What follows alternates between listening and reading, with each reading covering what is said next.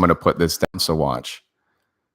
Put you here, and like I said, we got the producer in the back, so show that stuff. We lose service, and then we'll do one of these little shimas. Very cool, very cool. And then I'll keep an eye on it to like make sure we're good. Do you like watching it? I don't no, okay. no way, dude. Right. Wilson, the sexy Polish man. You. What's up, man? Welcome to the show, baby. Well, I have to do this. For those who don't know, Wilson Orman. Yep. Creative, digital. You got the film. You do photography, film, video. Yeah. Even some motivational speaking. Love the motivation. Yeah, I know you do. I can't wait to start talking about it. And I've known about you for a hot minute, but you just recently joined the soccer crew, and like that's family to me. Yeah. And when you came out and to see you play with that passion and that heart, that's what we're all about. Yeah. And I immediately, as soon as we were done, I think it was the first game was you and I. Yeah. Yeah, and, it was. Dude, your passion. I saw you. I was like, oh, this guy. I was like, I know this guy. I was like, now I got to play. You know what I mean? No, it was cool. It was cool. It was a great. Dude, you have it. So I remember I took you aside and I was like, I love you. Dude, I know you. Do you know me? And you're like, yep. So then I immediately was like, you're coming on the show. Yep. But I thank you so much, first of all. No, man. And I'm just, this is actually one of those great opportunities where I've never gotten to chill with you yet. Right. So not only we get to chill right now over a little bro Mosa, which is great, and get to know you, but I can't wait to hear your story and help out other people in any capacity, man. Yeah, no, I think what you're doing is great, man. Well, because we'll start off with just the time, effort, and energy, man. It's something we always talk about. It's, to be able to put this in your setup and just take the time to do it. It takes time. Yeah. You know what I mean? And dedication. So it's pretty good. But I met you, Patty. All right. So real quick, shout out to Patty, right? To the missus, my other half. We're known as the Will Pats. Okay. So AK, we'll get to a little story about how we got together. But shout out Patty because she's watching. So love you, babe. But yeah, she took me to the Flagler YP Go. Okay. Out here. And then I think we met at Tortugas or something. That was a couple years ago now. Yeah. Okay. Yeah. And that's how I was like, oh man, and you know we had touch base, but really it's been 2 years of just process and figuring out and being in the sock, right? Like you were talking about last time, and that's it, man. But soccer wise, I never played soccer like in a structured setting. No, that's what people may not know. Like I never played soccer. Like I grew up in Colombia. Okay, I played I played a little bit there, but like. You know, it was just me and my grandfather. He would take me outside and he'd want me to be a goalie, but like I wasn't that good of a goalie, you know what I mean? But yeah, until I met Patty and she's got kids and the kids play soccer. And so, you know, I just get motivated. And when I went to go watch them, I was like, you know, I had stuff to say about like, you know, what they were doing. Right. So Patty's like, well, why don't you coach then and stop talking about it? Ooh. And so, and we ended up coaching. We ended up coaching 2-3 seasons. And that's when it started. And I was like, man, this is awesome. Well, it's in your blood. Yeah. So let's take it from the top for people because I don't know this. Man, so like you're originally from Colombia? Yeah. Hell yeah, man. Yeah, a lot of people don't know, man. No, I didn't know any of that. Well, your last name is Polish. Yeah, it's Polish. So we'll get to that segment. But I mean, so here's the deal. When did you move to the States? I mean, were you like super young? Yeah, I was 5. Okay. But so you're from Colombia. Where did you move to? To New York. Okay. I went to New York. I think it was like somewhere in the Hamptons or something. It was with my biological father. Okay. So like obviously my they didn't work out. But when I came here, I went straight to his place for like a year. Okay, and that was New York? Yeah, it was New York. So I did kindergarten in New York. Wow. That's where the accent comes from. That's why I say water. Water. Yeah, I say water. And then one day, like my mom just sort of showed up, man. She just showed up and like I lived with her for the rest of my career until I was like in high school. You know what I mean? From New York. From New York. Well, to New Jersey. Okay, to Jersey. Like this is where my mom was. She was living in Jersey, so I lived with her. Okay. She was a single mom. You know, so a lot of stuff, dude. It's crazy. A lot of stuff. Well, you talk about what you want. Like I said, I don't have any agenda, but so now you're in Jersey. Yep, Jersey. And you graduating high school from there? Is that? Yeah, graduated from Woodbridge. Okay. Woodbridge, New Jersey. That's like Central Jersey. All right. Yeah, I'm not familiar with it. Everyone thinks I'm from Jersey, but I'm not familiar with it. No. Now you're not from Jersey? No. Oh, I'm leaving. Yeah. But so how does I don't want to skip anything that's good. So where do we get from the Jersey to the All right. So Jersey to Florida. I actually had a past relationship, right? That obviously didn't work out, like we all I'm sure do. But we moved out here. She had an opportunity to be like a restaurant general manager or manager at one of the restaurants out here. And I was like, yeah, let's go. I'm out. Right. A few months that we got, I think it was like 9 months or almost like a year. I sort of put myself in the future, just prospectively looking outward and seeing where I was and, how I felt in the relationship. And then I was like, nah, this is not going to work. And so that was like the first time I actually. Give me a timestamp. What are we at? 2014. Okay. 14. And now we're residing in Norman 19, at the time? 15. I think I'm here. I think I was here in 15. Are you at that point, you're in Norman? Yeah. 15. Now you had never been there before, right? Like this was all. Yeah. Are you digging it at first? Or you're like, this is whack. I loved it. You did? You loved it? I loved it. Cool. Yeah. Well, that's when the breakup happened, like I had people asking me, it's like, hey man, are you moving back to Jersey? Right. I'm like, fuck no, man. Yeah. Yeah. You can. I can do whatever I want, right? You do what you people want, that man. know, man, it curse. That's one thing that I do know. That it happens. We drink bromosas. That's it. There's nothing wrong with it. It's my show, baby. Yeah. So now you're in Ormond. And so how long of a blip did we have before? Because Patty's a sweetheart. Now, I don't know if I've only gotten to meet her like a handful of times, but you guys are like a power couple, man. Because you guys are involved, from my opinion, from what I see, what you guys are throwing out digitally speaking is what's up. You guys are, you do a good job at controlling that market from what I understand in Ormond. And that's a tough market, man. I've shared this before on past shows, which is good. It should be that way. I'm not there. Yeah. But the few times I used to go there and I had a couple clientele there, it is tough. I mean, it's better to stay in your backyard because you can really have that one-on-one with people, etc. But that market is tough, man. Ormond is no joke. Yeah. Ormond's a it's a dog eat dog out there, baby. They're tough, and it's funny because it's not like big, but I mean the people that are involved are big. And so now you how is that kind of like how long are the laps before you and Patty, and then like because you guys created some businesses together, or did you have your own thing already? Yeah. So I had my own. Actually, all right. I'll give you a quick job rundown, right? Yeah. So I sold gum in middle school for money, and I imported it from Colombia, right? I promise you, it's 100%. It's like a serious, super it was gum, sour gum. It was gum. It was gum. Yeah. And I would sell it, man. I'd make like $10-12 a week. You know what I mean? Yeah. In middle school. Yeah, in middle school, which I probably should have made more, man. I thought I should have made more now thinking about it. But so I always had that entrepreneurial spirit, you know what I mean? Like I went to college, political science. Okay. I did pretty good in school, man. People were surprised, when they look at me, like they're a little surprised. They're like, oh shit, you made the dean's list. Oh, you did this. I was like, yeah, man. It just kind of it's about like being in the moment and like taking that time to listen, right? Take notes. I was a note taker. Okay. So I have like a bunch of notebooks throughout my entire year that I call my library, which is up in the attic. Nice. So it's like throughout my entire life, I always make notes and write things down. And that's how I passed. Wilson's Wikipedia. Yeah. And that's how I passed school. It was great. Cause like, what are you going to do? Cause like, I'm the person that understands what I'm trying to like write down and understand in that moment.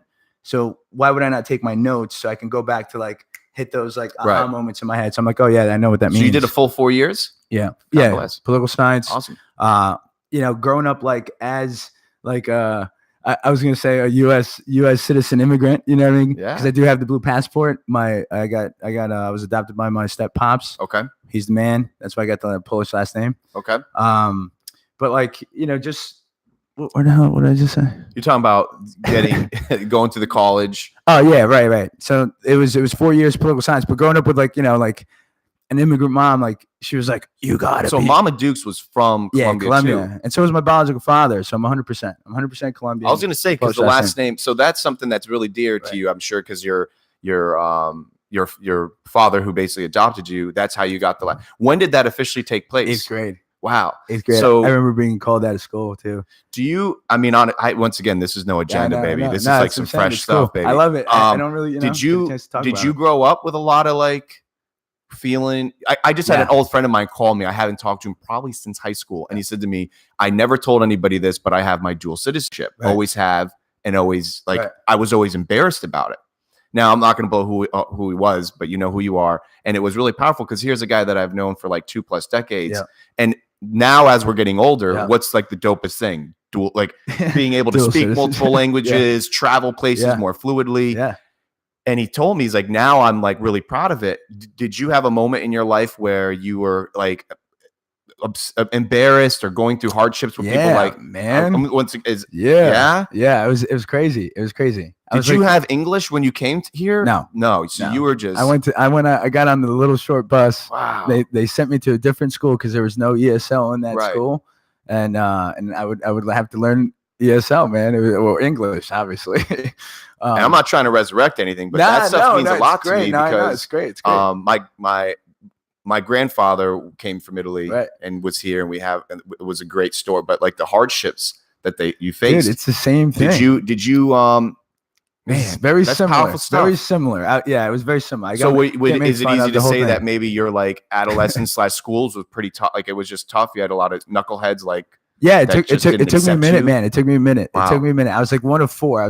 Spanish kids. Like, you know, like in most of the schools that I went to, you know what I mean? Right. I went from actually it was South Plainfield, Piscataway, and then I landed in Woodbridge when my mom and Pops got together. Right. Okay. Like when they got together, Pops was like, "Hey, man, hey, not man to me, but like, you know, hey, fam, you know, let's do this. You know, come to my house. This is my house. You're welcome." And Pops brought us in. Brought us in, or got into a relationship, or knocked uglies with my mom, whatever. But you know what I mean? Like that was the relationship that started. So, and did you have brothers and sisters? Yeah, I had two younger brothers. One's 25, going on 25, and the other one's going on 21, 22. So at least you had your sibling support. And so one was from Pops, and one was from another illegitimate guy that, you know, I'm telling you, man, I went through a bunch of stuff, man. I'm sure. I was 8 years old, you know, being like, you know, the dad at the same time, like, you know, being sort of like the dad and mom, like, now you can't date that guy. I don't like him, you know what I mean? So it was a bunch of, and again, I think that helps with perspective. And I think when I met you, it's very similar. You have the ability to understand people, right? So, and I think in overall general, like the big picture of things, I think that's what the consciousness needs to like be more aware of. How do we affect, you know, based on perspectives that you can respect, like things that I've been through. Right. You know, and I feel sometimes out there, like in the mass, whatever, you know, there's not a lot of that. It's like, you know, it's quick to judge and quick to like, you know, say something. 100%. On a tangent, one thing that I've learned when I was really young and going through like I hate the world syndrome, and I thought everybody owed me something. I was like right out of high school, and I was like, just mad. I remember I was like, you know, like I wanted to be rich, but no product. And I learned at a very young age that I called this like syndrome called the "what do you do" syndrome. And of course, it wasn't anything that philosophical, but it made sense because here I am, 18-ish, coming out of high school. I wasn't really scholastically advanced and wasn't really doing the college thing. I did the 2 years at DBCC, but it really wasn't enriching me because it was like 2 minutes from my house, and no disrespect to the actual entity of the school, but I wasn't using it for I wasn't bettering myself. But point is, I got so sick and tired of this adulted question, like, what do you do? And I've realized that, and it's still very strong and potent to where I feel like, so the United States of America prides itself as in the NFL or the MLB and like some of these sports. And now, you know, that in all due respect, soccer is the most universal language in all sports. But we, as states-based sports, as like, I'm a Patriots fan, you're a Giants fan, we immediately look for division. Versus like, bro, why don't we just get together on Sunday anyways? It's versus like, I'm going to Hooligans because that's the Pats place, and I'm going there because that's the Pittsburgh place. But it actually it like kind of trickles into life. It's a parallel. I agree. So weird. I agree. And it's like people look for division. Not everybody. It's changing. And people like Joe Rogan, I hope little people like me, people like you that are starting to show like how beautiful it is to chat with a stranger, to get to know someone, to find out what you can and can't do for them. But the point is, when you start looking for similarities versus the differences, like even with you and me, the fact that the soccer thing is where I love you forever now. And that's just between you and I, because there's something you can't explain on that pitch. It's a beautiful game. And there's something about not only playing it, but about having the passion that you had was powerful. So now here you are And without going into too much depth, whatever you want to cover, but here's the thing: I'm sure you're going through some ruckus. People that like you're not being accepted, quote unquote. Yeah. Because you're just this guy from barely speaking English. Yeah, you're man. young, anyways. I hated my middle school years, so I can imagine. And I was state based. And I had a hard time middle school too. And we're gonna get my first sentence was, "Can I get a 1 slice of cheese, please?" That was, and I learned that from like the Sesame and the good stuff that was on TV. You know what I mean? But that was like your first piece of vernacular you had thrown out. Yeah, that was my first one, man. Wow. To get a slice of pizza, and it was crazy, So it was a bunch of stuff, man.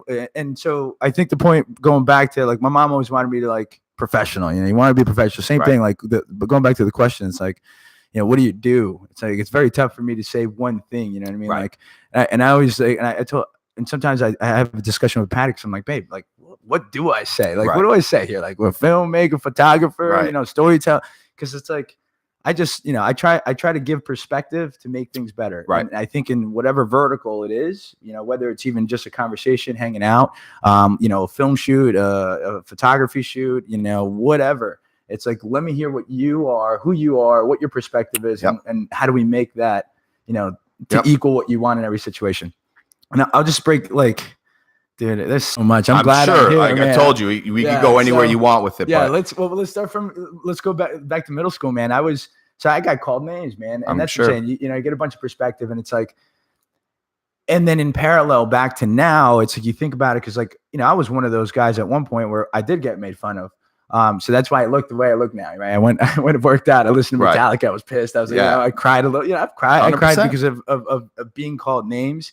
So, but at one point, like, you look at it in perspective, it's like, 20 years later, that same shit's still going on in terms of the system, and now this is one of the things that I always education. I think education is an important part based on the things that we've gone through. And now I'm excited if you're going to dig deep, to hear about what went on, but like, it's, why is that going on now? And why is it still accepted, and why is that not a class or something that we educate kids on, in terms of like how to communicate and speak to another human being, like we're doing now, you know what I mean? Even if we have contrasting opinion. Yeah. And my ESL almost came out there. So you heard that? But you know what I mean? Like, it's even like, for example, if I'm sure like this was an example. I was like, damn, what if people think, oh man, I'm having a beer at 11 o'clock. It's like, what would people think? But at the same time, it's like, this doesn't mean, anything to the type of person that I would be, right? Right. If an elderly person fell on the ground and I just drank my bro Mosa, I'm still going to help her. 100%. Right. So like that doesn't change the person I am. So, some of these things that we judge people on and stuff like that, just being that person at one point gives you a perspective to think about things like that. Mm-hmm. And that's what I like to, Well, dude, it's funny. That's I had no idea we'd even go in this angle, but here's so when I started to get really angry just because I wasn't succeeding to the rate that I wanted to. Yeah. Because I was, my mom used to say to me when I was younger, "You're getting too big for your britches." And I hated it because I was like, wait till I'm a millionaire. Yeah, you'll regret it. Me too. Little did I know that there was so much in that statement, even though it's just an old Italian saying probably to begin with. But the fact of the matter is I was putting money and things and material before people, goals, and product, whatever your product is or services. But I learned this. So here's one thing that was really interesting. I did this like little research project for my own purpose. You can ask anyone, and anyone at home, try this or listening. From ages like 10 to 15-ish, ask somebody what they do. Right. And most of the time, you're going to get a response that says, I don't know, what do you want to do? I got to be home by 5. Ask anybody kissing 20 plus, and these are arbitrary numbers. Yeah. But ask anybody that starts to get into this state-based mentality. Yep. What do you do? And you're going to get a ton of acronyms. You're going to get a ton of like, and there's no like, hey, I don't know. What do you want to do? Now, again, that was when I was jaded, and I know but there are people out there, the select few, that actually don't want to know what you do. Right. I never asked, and those that actually know me and that get into know, you'll realize I've never asked that question. All those people that I've met, wherever I travel, I never ask because I don't sincerely care. Right. I'd rather know, like, what are you going through? Right. What is something that maybe you can help me with? Not financially, but hey, man, I'm going here. What street do I avoid? What place do I eat? You know, stuff like that. Yeah. And I feel like when I met you too, there's something, and not to get like super trippy about it, but I mean, you really do got a good heart. Thanks, and like man. that, there's something really powerful. And like those that play any sport, that camaraderie, but of course we're biased. And I just think that on that pitch, the passion you were throwing out there. So I know you've been through some jazz. I just know it. And I know even amplified the fact that it's tough, man. Like, what, if you don't mind, let me ask you something that's on my heart, because we play with so many people. I mean, I would say more than 50, if not, I don't even know what the percentage, but it's way more than half the people that we play soccer with, and the community of soccer. Shout out to them. Oh man, I love my boys. They rock. They know. Man, I'm running this squad out here. I was so happy, bro. I was so happy I got accepted. Oh, you're in. Like, you're in, man. You're 100% in. But the thing is that whether they're not, most of them aren't from the States, and if they're from the States, their last generation ain't from the States. Yeah, right. And I know that they're not necessarily always. What is your opinion going through it? I've never been through this. What's your opinion right now in 2019? Excluding the politics, right? But like right now, do you see maybe relatives and siblings or things of that nature that are younger that are?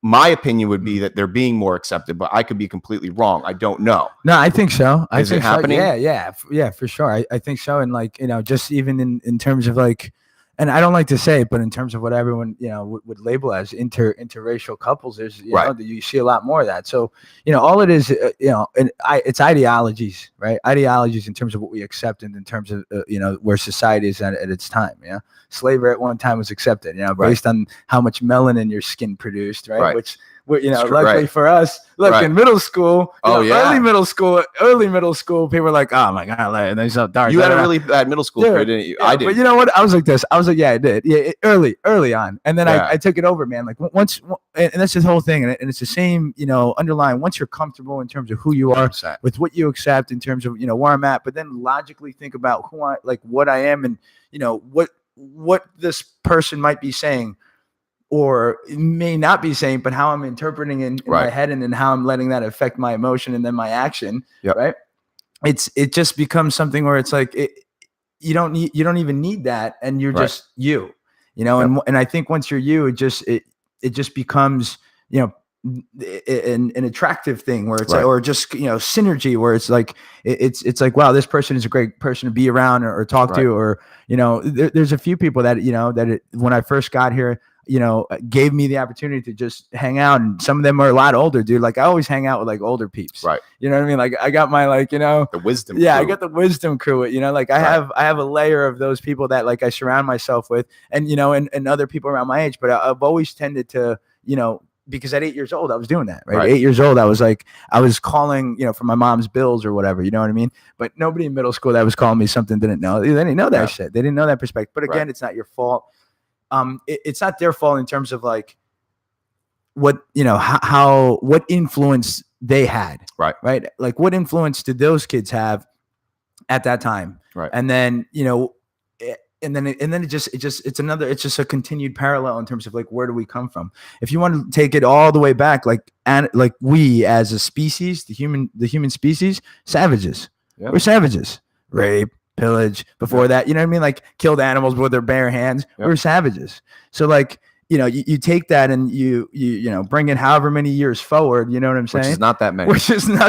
You know what I mean? Because again, slavery, savages, people were savages, and still just based on the natural, you know, of what you as a species is creating based on how much sun we get. You know what I mean? And people accepted that to be okay. And so it's like, you know, when it you know, it slowly but surely started changing, but that was just ideology changing. It was just what we accepted as a society to be okay. And I think that's kind of like, you know, where we are now. And there's so many people. There's over 300 million people in the U.S. Now, these are, you know, again, 300 million. And then what I heard, you know, again, you guys can fact check me all you want. It's almost 900,000 people are only registered to vote. You know what I mean? So it's like 300 million and only 900,000. Like what? Like what are we doing? What are we doing? And so where is that ideology going as a consensus to figure out, you know, what really matters? Because I do agree with you. The whole politics stuff, like dude, it's nuts. It's like watching a telenovela, man. So I got a phone call from a friend I hadn't heard from once again, probably from high school. And God bless him, dude. I've been getting so many calls of like people I haven't seen and talked to in so long. And they're just like giving me this like metaphoric high five. And it means the world to me. And here was the moral of the story was, he wants to come on the show, which is like 100%. Nice. Anyone that knows me now, like anyone come on, baby. Yeah. He said to me, I'm coming on the show, but there's one thing I don't want to do. And now this is like almost like a 10+ year vet currently serving and as an officer, big time stuff. He said, I don't want to talk politics. I said, 100%. Yeah. And if anyone that listens to the show, I don't normally like, I love talking about the surface politics of like, it's going on, aware of it, but don't let it die. Don't let it in. Don't let it in here. Yeah. Let it in here. Let's run. Know what's going on. Like if there's a nuclear holocaust on the brink of, it's probably good to know about that. Yeah, right. But you don't need to know that there is once again an accident on I-4 again today and hovering over it for an hour. But my point is, homeboy says, I don't want to talk politics. And he says, I'm so sick and tired of a normal civilian talking about politics because they don't know a damn thing about it. Right. And dude, him saying that, that's who I'm listening to. Because you're in it, man. He's in the system. And he's a vet, bro. And he's a vet. So I don't play around, but here there are a lot of people. And I think I'm not surrounded by it anymore because obviously you can, as we're getting older, you kind of pick your crew. Yeah. Which is fantastic. When you're younger and you got to go to school, you got to do these things. You're subject to people whether you want to be around them or not. Bro, I'm not my immediate like nucleus crew. I don't got a lot of people that are all up in the politics. Right. And if they are, they don't talk to me about it because they know that I'm like going to start drooling or twiddle my thumbs and walk away. You can go play soccer. Right. But it does consume a lot of people, man. And it's just like, I don't know. Like here we are getting to know each other in a live forum. And there's not one time that I'm not going to look for any reason not to love you. Right. Like I'm going to consistently find to support reasons all day. to like. Now, I don't know. What's interesting though is, so you're in Ormond. Let's fast forward to the point where are you finding it? And this is just some curiosity I have. Are you finding it now? Excluding the hardships of running a business and being an independent, it's tough. I know I have the same thing. Like, sure. What do you do? And I'm like, internet.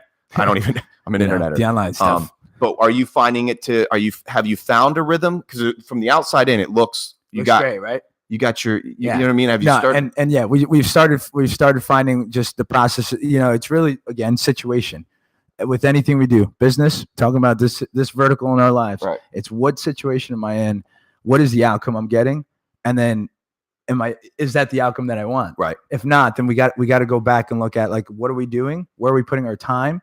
And like, where should we be maximizing what we're doing? Right. Because if this doesn't work in this vertical, right? Because it's, and that's the same thing with the world. There's two things, like the human nature world, the connected, know, and the financial, because you need it, right? Like we're not in the Amazon, right? We're not deciding to go have that lifestyle. This is the lifestyle that we want. And with that, you gotta be financially sound. Right. So then you have to figure that out. And if you don't have that, you got to talk to people. You got to have that person that you can trust, that you can go to and get advice from, and then figure out what you should and should not be doing. Right. If out of 7 days you get, negative, right. Or negative in the account, or you're not doing something right, you just have to adjust that. And that's where we're at a place where it's like, okay, this, and just keep progressing and keep looking back and keep seeing what we're doing right. Okay, that didn't work. All right, don't do that anymore. Right. This, and this. But again, that's one vertical with the entire lifespan that we have to live, right? And include social and family. Like, we'll fast forward real quick to Patty. Like, I came into a relationship and became a father of 4 father of 5 with the dog turf. You know what I mean? We have the 2 oldest kids. They're sort of on their own, but now I have a 13 and a 15-year-old. Oh, he'll be 15 in April 16th. Shout out to Rudy Nowsy. So, and again, and it takes you through the whole thing, because I had my 2 younger brothers, but it put me in a position that I was okay in, and like it's like I felt good in. So it's all these things, and each vertical, it's like I want the kids to have some sort of, I was on the way here, I was driving, I was like, damn, how do I simplify this? And I think it really comes down to the message, right? Because we're here for only a short period of time. So what do we what is it other than the financial side? Right. I think it's just a message as the human being, and that message gets transferred over to the next species in your upbringing, So that's really it. And when I see the transformation that I've seen the kids, and including Patty and my relation, including myself, because like you know, some of those, that anger, like I've always had, you know what I mean? Like I was always, you know, here and there and short, you know, and sometimes you'd have those blow ups just based on like not being able to understand why, and then not being in control. But it's been a blessing, right? So you're seeing yourself, or like holding yourself to obviously a higher accountable. Yeah. Because the kids, let me ask you something regarding these kids, because I'm getting a lot of this feedback, and a lot of people are upset in this area with bullying. Yeah, right. A lot. And they're kind of like, this show is like turning into a monster. So people are like, you got to talk about this. Yeah, bullying, that's fine. Bullying on this quick subject, not quick, but like on that subject, I've got almost all my friends at this point now have kids, even if a majority of them are older now, like in the school system. Right. And they're really upset. And they like want me, because we're finding this voice through this media that come in and talk. They're like, yo, you got to talk about it. Now, I don't have any. Yes. Are you like, so I had two good friends of mine the other day say to me, they're so upset because one got stabbed in the stomach with a pencil. I'm not making this up. This is all fact. Crazy. Now, I don't know if it like went through the person, you know, kid. I'm sure. I don't know. I hope to God not. Yeah. It didn't seem that, because it wasn't like the story kind of was. It didn't seem like the kid died, but still. And it was a girl, a little girl. And I think it was like elementary. She said her daughter had just recently been stabbed in the stomach with a pencil, and then the other girl had also a girl and said that she had gotten jumped recently. Are you seeing that in your okay? Well, no, well, just the kids. I know this is a tangent, but that's kind of the show. No, so like, no, I haven't. The kid with Patty's kids, have they shared anything like that? Nah, man. I you know. Okay. No, not anything like that. But we hear, you know, we get phone calls like you get the principal calling you on an automated message saying, that there was something, this or that or that. Yeah, and sometimes there are things. There was. What school are they at?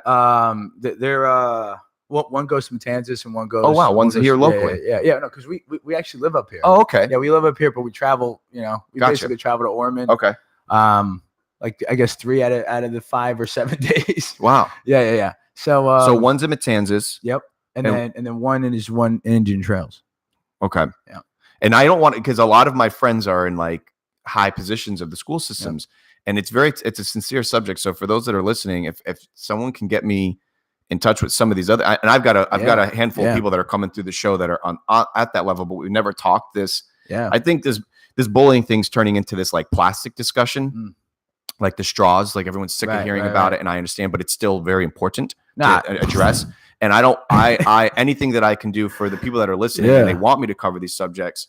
Well, that's that. I'm glad they're not being directly affected. Tell me a little bit, because we were talking about middle school. So tell me about your middle school. My middle school was horrible. Yeah, I want to know. And it's funny because like my friends that I still have now that I've known from then, everyone has their own opinions at school. But like me personally, mine was horrible. And I've those that are still that I know, they're probably like, no, it wasn't. You were fine.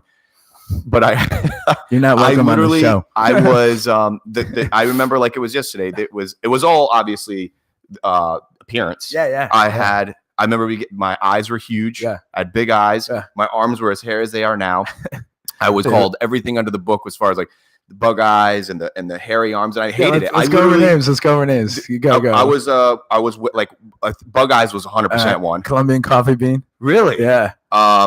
I don't know if I went like werewolf, anything werewolf. Yeah, someone with a lot of hair. Yeah. What else? Like a Cuban cigar. I wasn't even fucking Cuban, man. Like, so they were just going for heritage. Dude, they were just going, yeah, that's what I'm saying. I was one of maybe like 4 to 8, Hispanic kids or Spanish kids or, darker color with more melanin and that, came from some sort of shit. Did you ever do something stupid to rectify? So I shaved my arms once. Oh, did you? Hated it. No. It was so stupid. No, man. I was probably, I don't even know, middle school. I would definitely, this is all middle school. Yeah. What I remember, I'll never forget it. Shaved my arms to I'm like, this is gonna fix it, and it was worse because I'm like, I didn't realize what would happen. Like, oh my god, now I have bald arms, and that's like even worse. Yeah, dude, and then I remember I used to wear like hoodies nonstop. It'd be like 100 degrees out, and I was one of these guys like, I hate the summer. I love the summer, but I didn't want. I'm fucking Florida now, and it's funny, like you said. As I got older, the ladies loved the big eyes. So the handsome guy with the big eyes. And then I was like, when the guys were starting to hit puberty, I was like, I already got it. Yeah. But it's funny because I end up like kind of just stopped trying to become something. Yeah. And I just was. Yeah. And I didn't figure it out till just about the end of 9th grade. Yep. I remember really, actually, to be honest with you, I stopped trying to be friends with dudes. Yeah. That's like my like breakthrough. It was why don't I just talk to these species? Yeah. And that was like it. And they loved everything I was getting kicked down for. But of course, I just learned. I had to learn, man. I can't imagine. I never got like dog from like whatever. Like fucked up, man. It was fucked up. Yeah, I can't imagine. Well, did you ever? You didn't ever rage? Did you ever? Yes, I raged. Yeah, for sure, bro. For sure. You were a rager with these? You talked with them? No. I'm not a fighter. Like I'm not a fighter, even though like I like to neutralize is what it is. Right. You know what I mean? Like I really don't like. I always get the sweaty palms and the thing, but like if it's a go. And there's been a few goes. It just rages, and it was in school, sometimes in classrooms. But for some reason, I always like not really I wasn't really at fault because someone understood. Someone understood. You know what I mean? Like the teacher was there at one time. I had a high school teacher. I threw a chair. I got fucking pissed. I threw the freaking chair. But again, it was tough, man. It was tough. Positive part of it is I went through it. It was a perspective. I went home, listened to Metallica, did a bunch of push-ups, and now now you're sexy like you were. Same thing. It was like right around that time. I was like, yeah, man, I'm gonna do me. I did dye my hair blonde one time. And I wanted the blue eyes. I wanted the blonde and blue eyes, man. I told my mom, I was like, did you do it solo or did you have a group of friends? Nah. You soloed it? But I didn't do the contacts. My mom was like, nah, you're not fucking doing that. I was like, all right. By that time, I already had. But she said it in Spanish. No, eso no lo va a hacer, no. Yeah. I had a group of dudes at that point where we did the blonde, and of course, none of them were like as jet black as me. Mine came out like orange. I got so much trouble, dude. Yeah, me too. My parents, I was in big trouble for that. It was terrible. I was trying to be like M. I was trying to be like Eminem. I was a big influence. Yeah, growing up. Of course, we all grew up with that. Well, our generation. What's interesting? I wish if this show doesn't, I don't think reach the younger folk because it's not that kind of show. But anybody that did, anytime I have. Like the younger guys that we're playing with a lot of young guys, by the way, bro. A lot of the guys are out there now. We're playing in the men's over 30, but you're going to start seeing even them on pickups and on Mondays, right? Bro. Sundays, you're in the Sunday room, dude. Shout out to John and what he's doing. He's not digitally connected, so now we got to send him this somehow.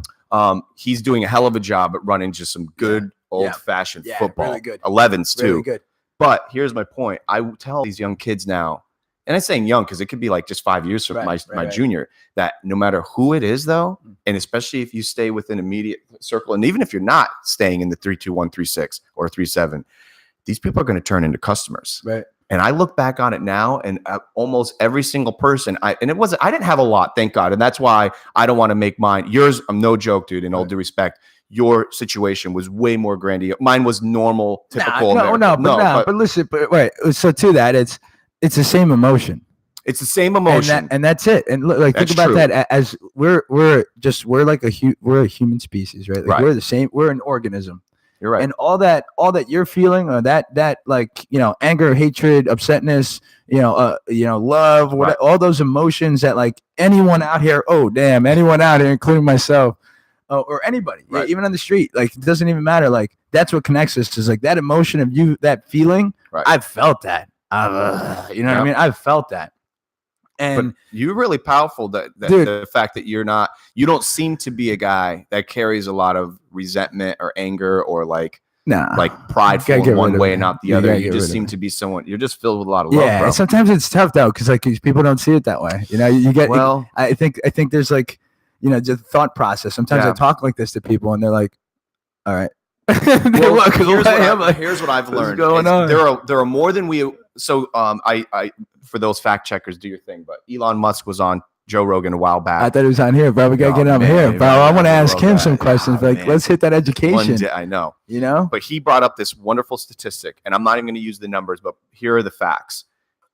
Elon said you can get X amount of people in the United States, in the world in general, X amount, and the numbers were amazing, high.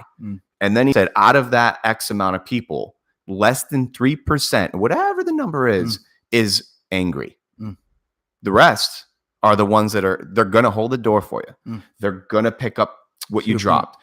And he he closed that podcast. That's and a lot of people left that podcast going, oh, Elon Musk smoked weed on Joe Rogan. It was so much more. It was like, it had nothing to do with the show. Right. When he ended that show, Rogan said, is there anything else you want to like? Because Rogan, you could tell Rogan was in like a haze of like, this dude's an alien and in a good way. Yeah, that's how I feel sometimes, man. Yeah. Well, it's a good feeling sometimes, as long as you're able to, don't forget us. Yeah. That's what I'm trying to do is like, I feel that saying like it's lonely at the top. I don't like that saying because it seems so like it's not, you're not on top. Right. It's just once you start to isolate yourself from the garbage. Yeah. Like for instance, ask 10 people if they've eaten at McDonald's in the last 30 days. Right. And if the answer is yes, then that's just not good for you. Correct. Period. I don't want to sound like some health guru, but like you know what you're doing. Yeah, you know you're eating like modified, French genetically alien food. Yeah. So my point is that once you stop like associating with that, like if you're the guy in the car that says I don't want to go there, people don't like you. Right. And it's annoying. And I understand that. And I'm not the guy preaching out there, don't eat it. But my point is you start to associate with yourself with people that are trying to make you bigger, stronger, here. And dude, it's not always well accepted or received, but there is a growing, I don't want to call them audience, but there is a growing culture. Yeah, more and more people, I'm running into them, man. More and more. Well, this is going to be a big part of that too. Yeah. Because look how we found each other naturally. It wasn't by, and no disrespect to the local watering holes and the groups and the associations and all the cool things, but this was pure, dude. Love you. Yeah, it was cool. And you just brought the best point up. Is just like humans, man. We're all ultimately humans. That's all it is. But it's interesting. There is a growing culture. It's changing. And that's why I'm a big advocate for, like I said, the Joe Rogan. Do you know, like Rogan sat down with that guy? He's a little controversial. Well, no, I know. But the guy, the InfoWars guy. Oh yeah, no, he could be a little grumpy pants and rough around the edges. A lot of people don't like him, and he's losing a lot of his syndication because he's just so controversial. But point is, Rogan sat down with him recently on his show, and the dude was like blowing Rogan up in a good way of like all the statistics of like all the viewership he has and all this. Bro, anybody watching the Rogan, in my opinion, there's something deeper. They're not into what you do. They're not into. They want to learn. They want to expand their knowledge base and make their life better. And it's happening, man. And I can sense it on you. Not to sound trippy, but I really can. No, that's why I love this. There's no tripping. I got a lot of people that want to do the show virtually. Let's sit down with Joe Rogan. But that would be awesome. Shout out to Will too, real quick. Will Jones from We Are Yoga. Okay, they rock, man. Like they're really cool. Orman Brewing Company. So those are some of the people that we like. But they're the same people, you know, man. Like just like I'm sure the people that you work with, there's that camaraderie, and these guys, you know, if it weren't for them, it wouldn't be for. I was going to ask you that on that topic. What's going on? I've been out the Orman scene for a hot minute. What's going on out there? That's like what's the scene? What's the ecosystem? They're building too, man. They're getting and I think the integration of things. I think once. And again, it's another situation, right? This is all, we just bring it back down. We're human beings, right? We're all just human beings. And I think it's just another situation. It's a group project. It's just like when you go to school. Like if you go to school and you do group projects, always you're the person, right? So and again, it's a parallel. So it's like those are the things that, again, we need to focus on. So I'm stressing that with the bullying and with the teaching and what we teach. So that way, when we do have 25-year-olds, 28, 29, 30, even our people our age, we can step into something like that and take on a town or help out with other perspectives. I think that's where it's going. It's like you got a lot of the art scene coming as well. There's a lot of energy out there. A lot of energy coming. The town's trying to integrate with everything that's going on. Granada's like super big. It's just the beer scene's getting going. Place. Yeah. Isn't there another brewery opening up? Yep. They're doing right on me across from the Grind. Yep. I can't think. I forget the name. Yeah, I know. Damn it. I heard some controversy going on. Patty. She's like texting right now. Yeah, I don't even know. But no, it's great. With Kevin, man, over there, and everybody out there is really good. It's just, it's just a weird, like you said, it's still, I feel like, you still have to figure out like, hey, are we people or what are we like? How are we doing this? Right. Thing. But that, again, my perspective, I'm only one person in that situation. So it really just comes out. But I've always wanted to, I think the biggest way of impacting things, going back to it, is just the education. Like what are we teaching now, and how does that affect whether, the population afterwards, you know what I mean? Like, even the teachers, even the parents at home, like sometimes when my kid gets something to do, Like, and I'm like, all right, great. I was like, how do you apply that, to life right now? And that's what I ask him.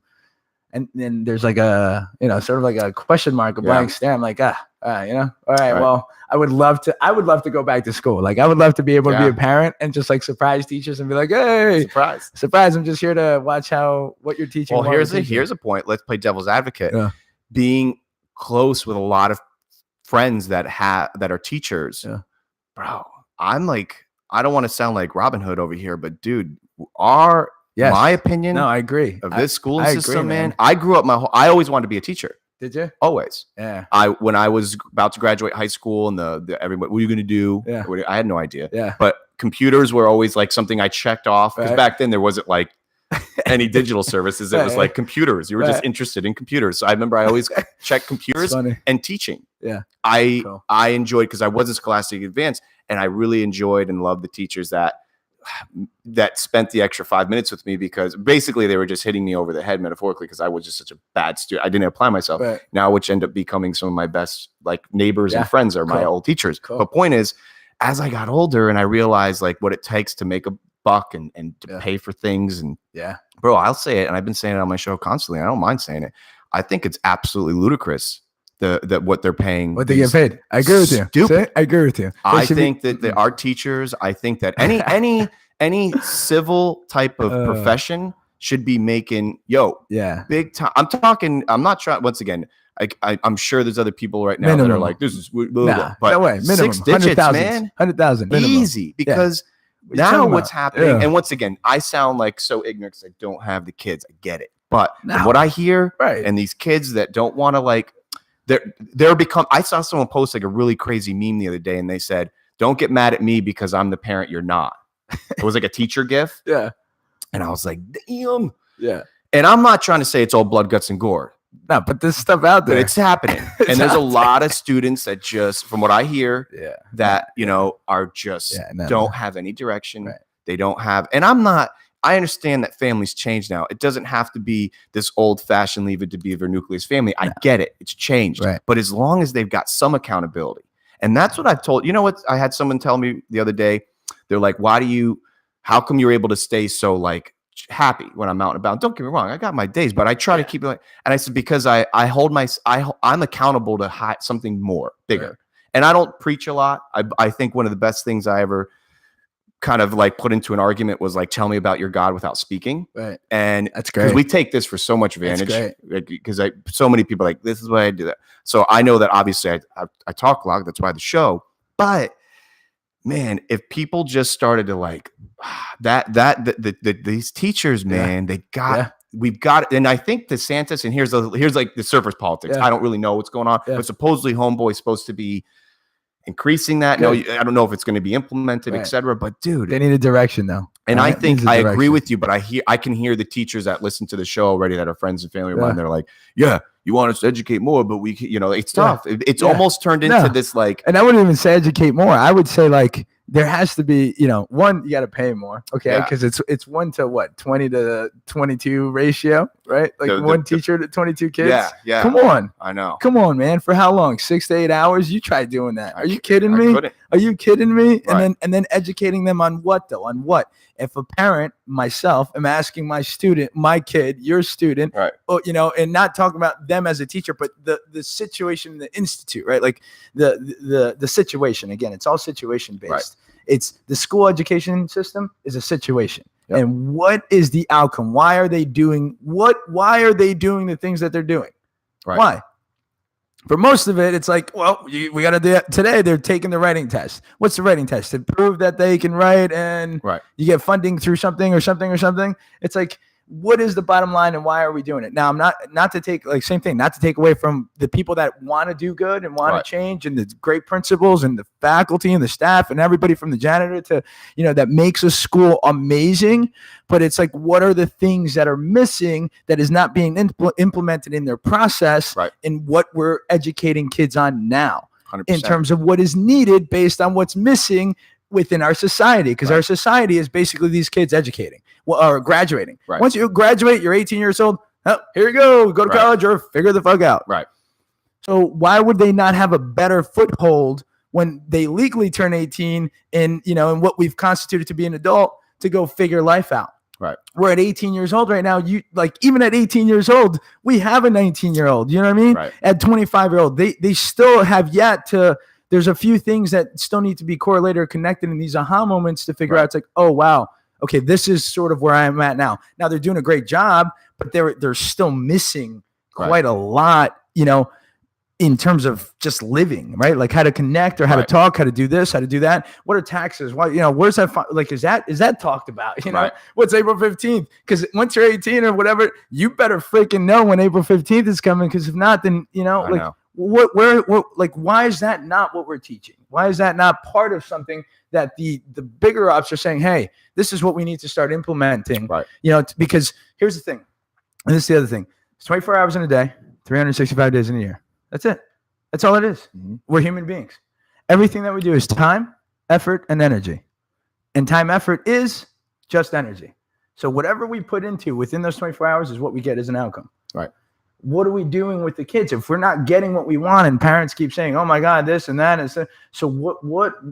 Why have we not come back and been like, okay, out of 24 hours in a day from kindergarten to 12th grade, these kids spend 6 to 8, 9 hours at school if they go, if they do like extracurricular activities. Right. So everything in those 9 hours out of 16, because let's say you sleep for 8, 16, 9 hours, you're influencing my kid to be, I think it comes out to a sixth of your life, but it's still a sixth of who you become. Right.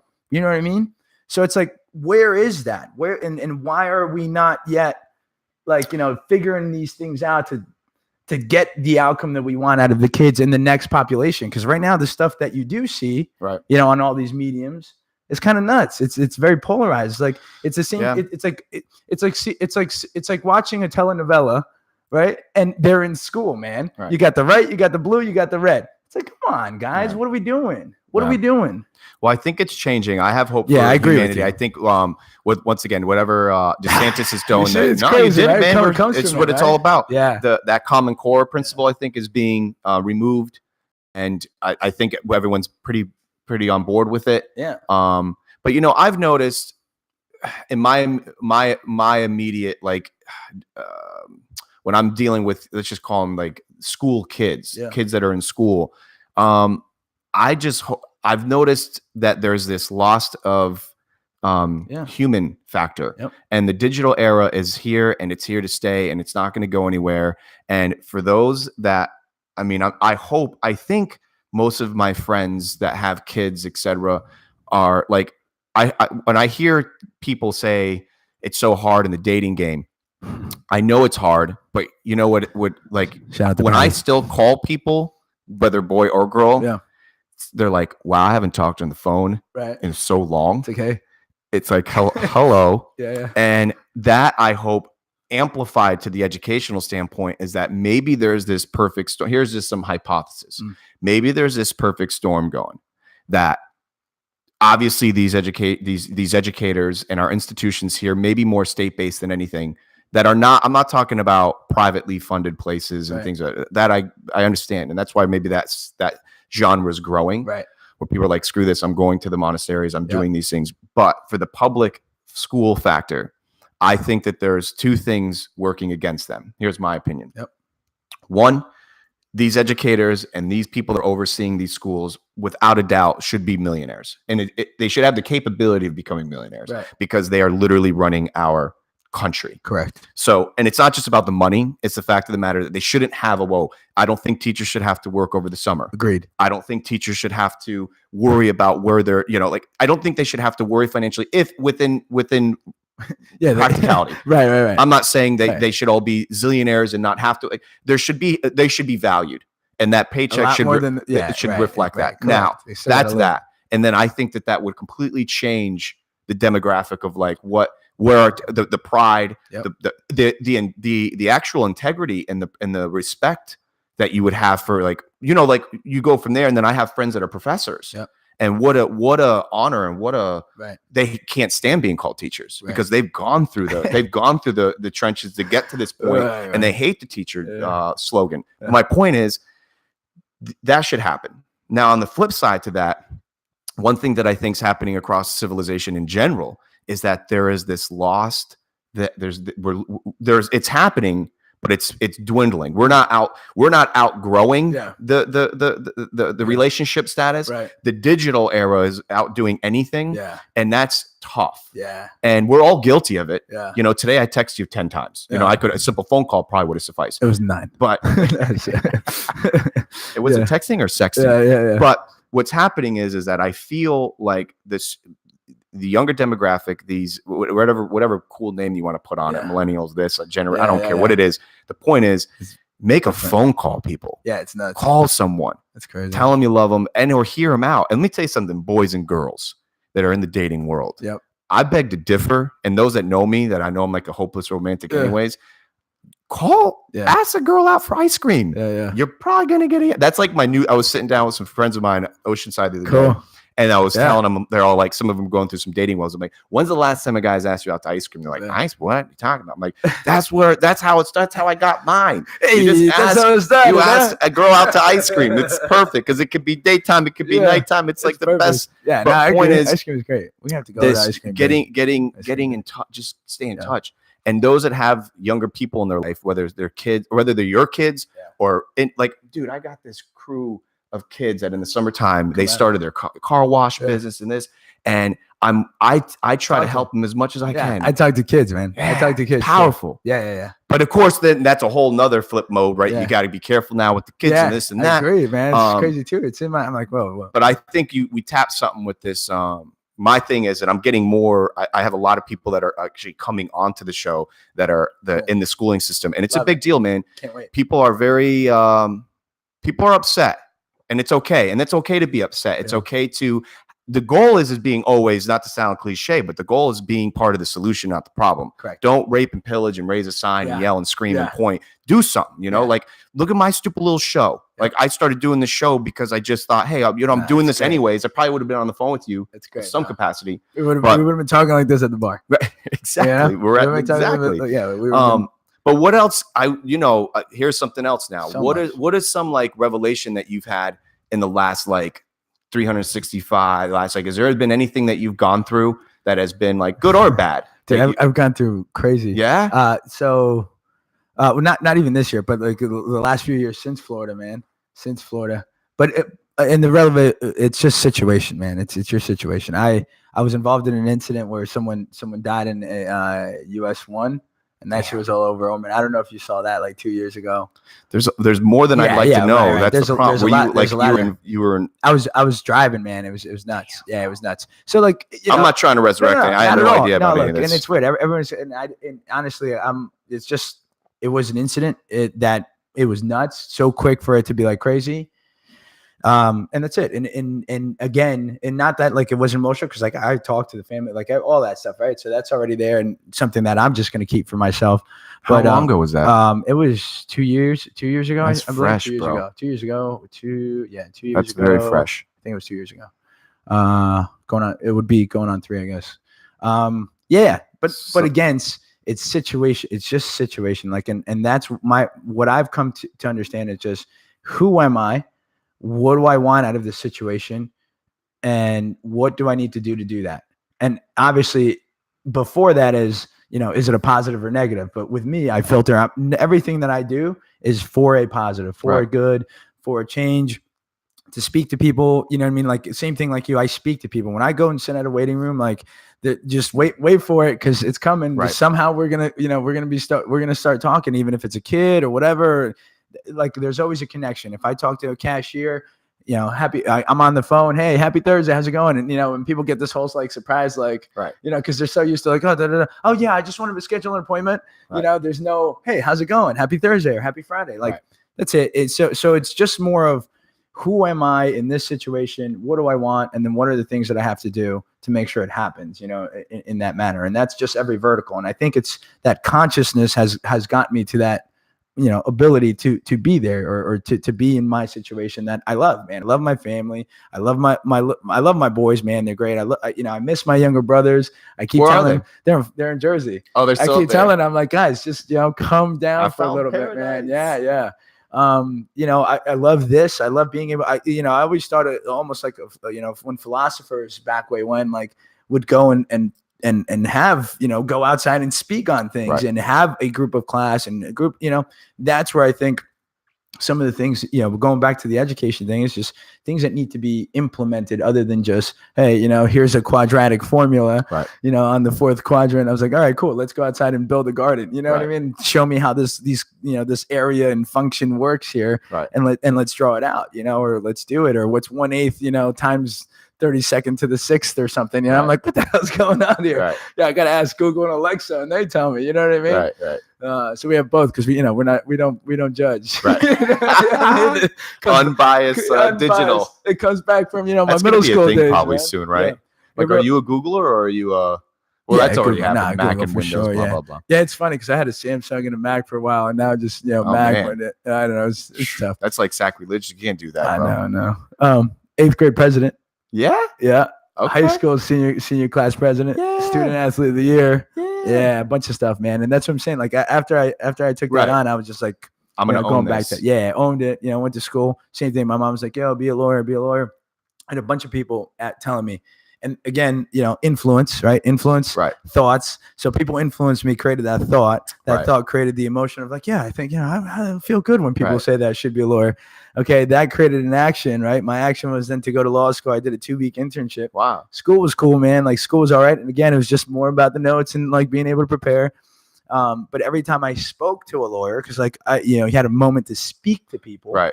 And that's what it was. I had a genuine conversation. I said, what do you love? What do you have kids? And then, as soon as they open up, I just asked like, well, what about the law, being a lawyer? Everyone was like, it's great. But there was always a but. And it was always time or just, sometimes it's a little crazy. Good money, but. And that's what I kept hearing. And then, I was big on watching football, even though I don't watch it as like I watch it, right? But I'm just in sometimes, man. I'm filming whatever it is, so we'll have it. But more soccer now, you know what I mean? But back in college, we would have Sundays where it would be family days. So like all our people would just bring food, beer, hang out, and we'd watch football. And so in that moment, like that was like important to me, that connection. And I've always said to Patty, I was like, I want to have barbecues and I want to invite all the people that are close to me. Like that would be my favorite birthday. You know what I mean? Like hanging out with people and just barbecuing, you know what I mean? And so like in that moment, I decided, I was like, I'm not going to go to law school. And I called my mom, and she was, obviously upset, just like any, sort of immigrant that comes here and that tells you got to be a professional, you know what I mean? It's like, but I told her, Mom, either way, I'm going to be a professional either way. It doesn't matter. I'm going to do something. It's going to be great. I know what it is. And so, after that, I took a business to business sales job for 6 months selling I was a third party Verizon seller. So I had my territories, bro, all up and down New Jersey. Okay. All the way up and down New Jersey for 6 months. I was working 12 hours a day for a minute. I came home with 3 or 4 goose eggs, I think, throughout my 6-month period. But other than that, you know what I mean? I was able to connect. I was able to show people, and I was able to sell. I was able to do things. And then after 6 months, just doing the math, I got I was like, hey, numbers don't kind of work. I appreciate everything I've learned. And then I went back to the restaurant business because, again, it's sort of talking to people in the service. And I taught ESL. I taught English as a second language. Yeah. Hell yeah. I taught that for a year and 3 months, private institute. Nice. And man, I had a bunch of students, anyone from 18, sometimes I actually had 15-year-olds that they would bring because it was adults. Right. So they would bring their kids, you know what I mean? But I had a bunch of classes, man. And those guys were genuinely awesome.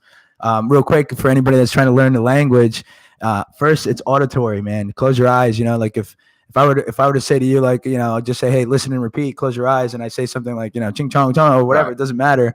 Say it. Once you get it, then I'll give you the meaning and the understanding, and then I'll write it for you to see it. And then it just how we learn in terms of picking up a language. That's the best way of doing it. So it's always auditory first, and then everything else follows when you get all that together. So that was a year and 3 months, and that must have been cool. A bunch of different things. Yeah, I got a great opportunity. Shout out to Eric Duchin.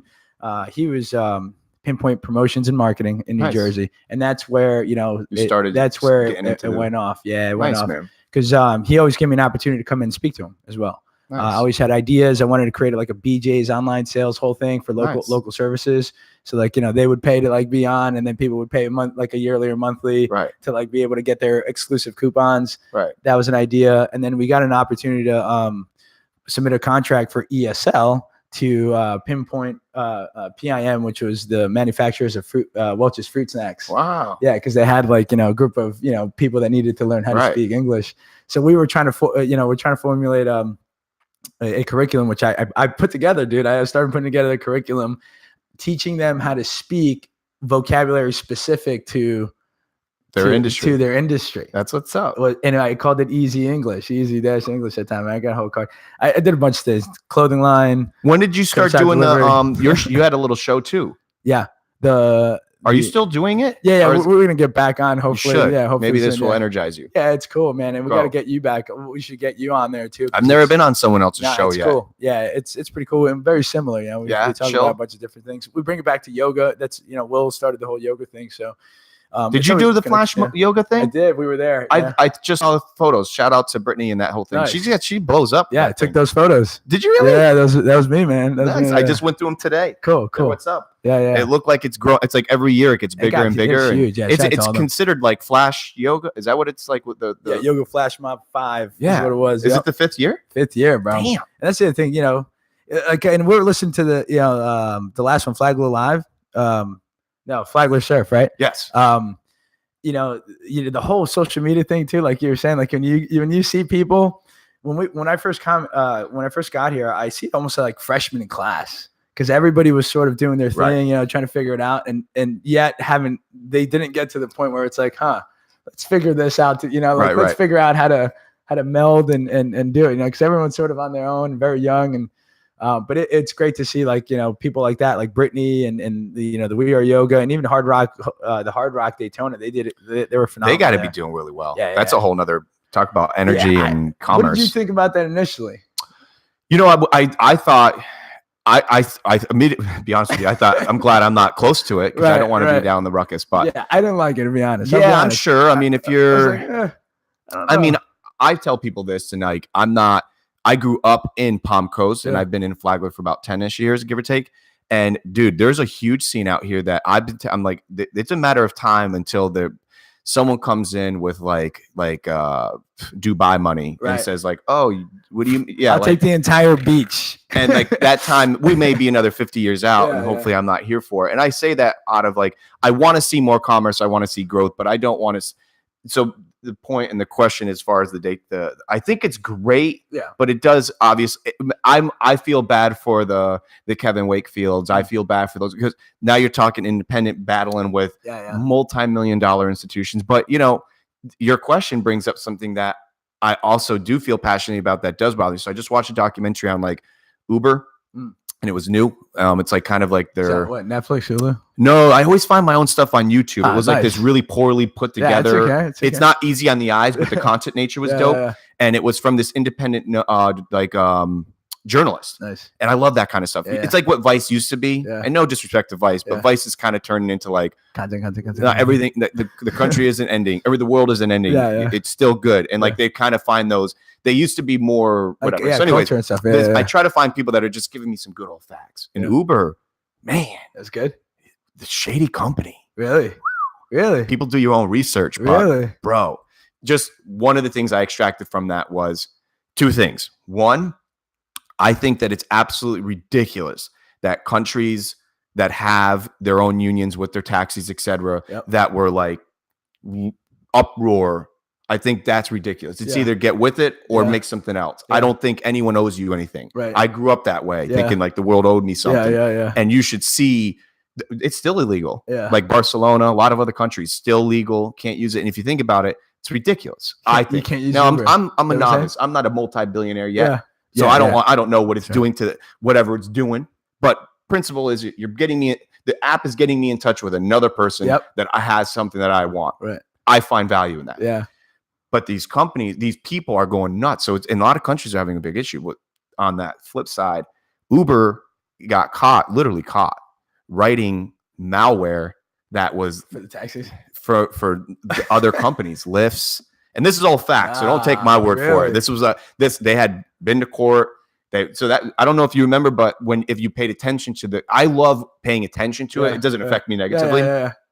The president stepped down a year or two ago, and all the sexual harassment jazz and all that. But more importantly, bro, they are like writing the craziest scripts.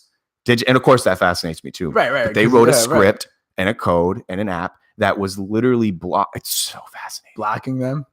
It's insane. It's the most diabolical digital warfare that I think had existed since, like, it's all new. It's never been in existence before. Right. So the governing bodies at B have no idea what to do. And they know how to outdo the governing bodies because the people that are working at these institutions, they're like, people don't know. I mean, you're digitally tapped, but for those that, I mean, there's something going on here that's why I think Elon Musk is so important.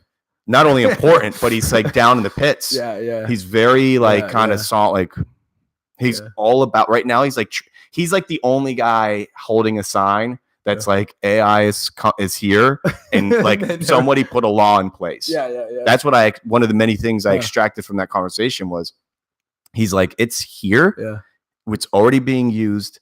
And if he did what he wants, did you hear what he wants is Elon Musk wants the governing bodies, the United Nations, and it trickles into the actual, all their own countries, to put laws in place now that regulate artificial intelligence, them as a species. Yeah, now, to the average guy, you're like, what are you talking about? I'm not going to put a law that regulates my Google, Amazon. Smart. It's going to tell me how quick I can be right now. Right. But he's like, it's, he's out there. It's all ridiculous. So point is, it gets really trippy. It gets really crazy, but that's what, you're talking about major commerce. You're talking about, so that the question as far as was I about this, the Hard Rock. Yeah.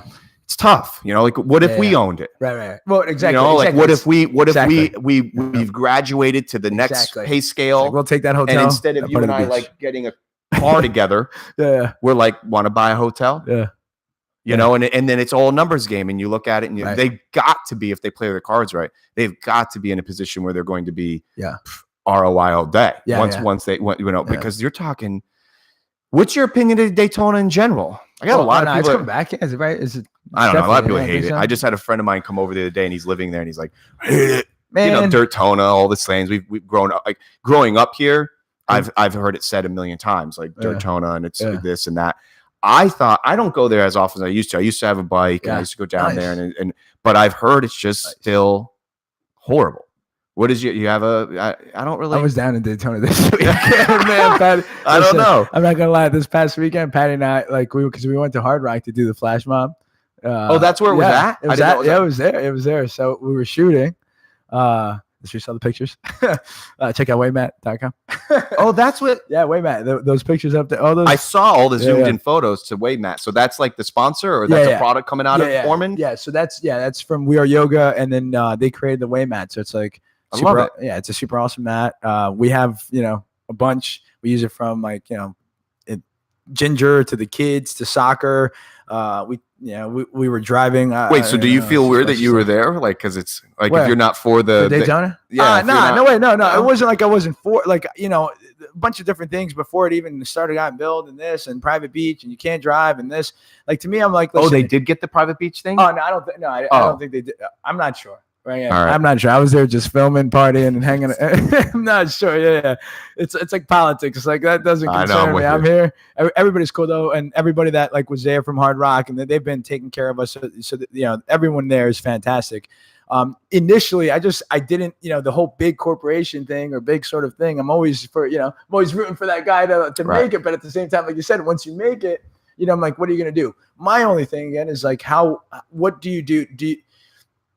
Atlantic City, perfect example, because I went to school out there. Right. After a minute, after I graduated, that dried up. It was terrible. Crime, right. So to me, I was like, man, is this going to be the beginning of the next Atlantic City where it's like a surge plunge of people just coming to make money because there's tourists and there's a lot, because Daytona gets a lot of people, you know what I mean? Like, and that's always, cash flow just being dropped. Right. Like they come here and they drop cash, and then now there's every year. So it's like, that's the only thing I don't want. I just, again, the community. I'm for the community. It's like I don't want the community to be negatively impacted. Right. But if Hard Rock comes in and says, hey, we're going to make money, but at the same time, we're going to positively affect the community. Right. And this is not only by jobs, because obviously you're going to have to pay people to run your establishment to make money, right, but the community itself. Right. So if I were like, in the lawmaking position, or, being able to speak to someone and whatnot. Yeah. I would have been like, hey, listen, that's fine. Come in. But here's what I'd like to do. Like, here's my pitch to you is, I want you to be more connected to the community and take a, X amount of mileage out and donate that back over a period of time, so it gives it back to the community and the rebuilding of it. Because if I go to Hard Rock Daytona and then I go 4 blocks to the right and 4 blocks to the left, it's like, damn, where am I? Right. You know what I mean? And so if you really want to revitalize the city or do that, those are the things that you got to be able to sit there with the guys that might be like us across the table, that don't think like us but have have financial influence. Right. But may also be influenced once they can get connected to the people that they're servicing anyway. Right.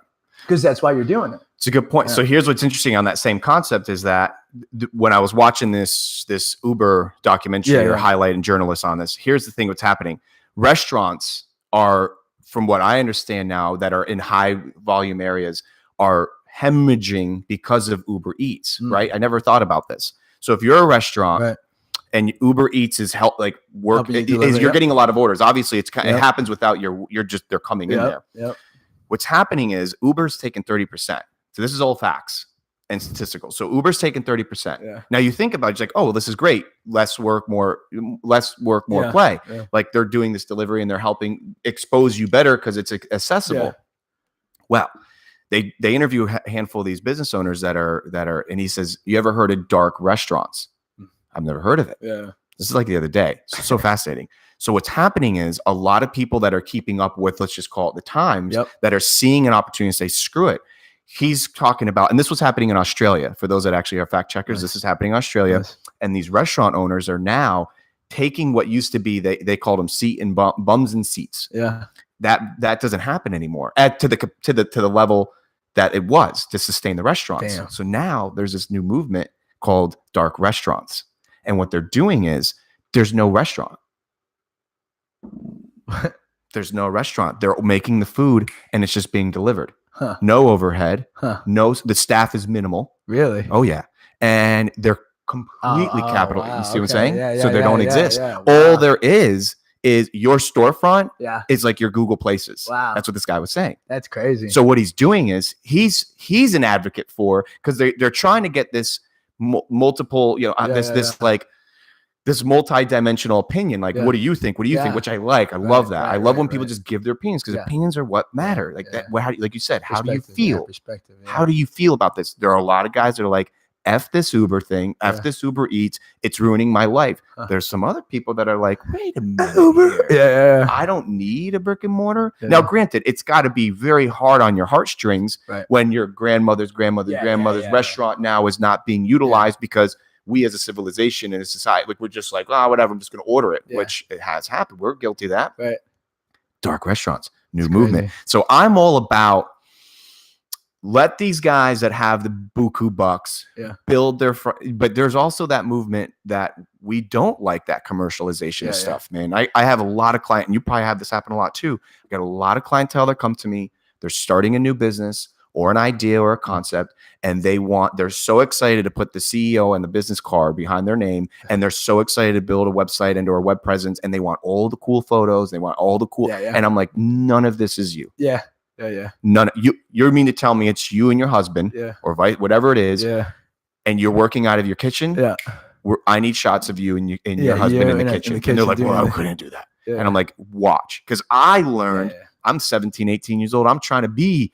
I was Pickle Clothing CEO. Did you have the double fold? Did you have the power tie? I was telling a friend of mine the other day. For those that knew me then, I look back and I hate myself for what I was suit and tie to go get something from Staples. Still part of it, man. You're still part of it. I'd go to Staples and I was like, oh yeah. Like I was going to get like a binder, and I was like in a suit and tie. I'm the CEO of Pickle Clothing. I sold like 3 shirts that week.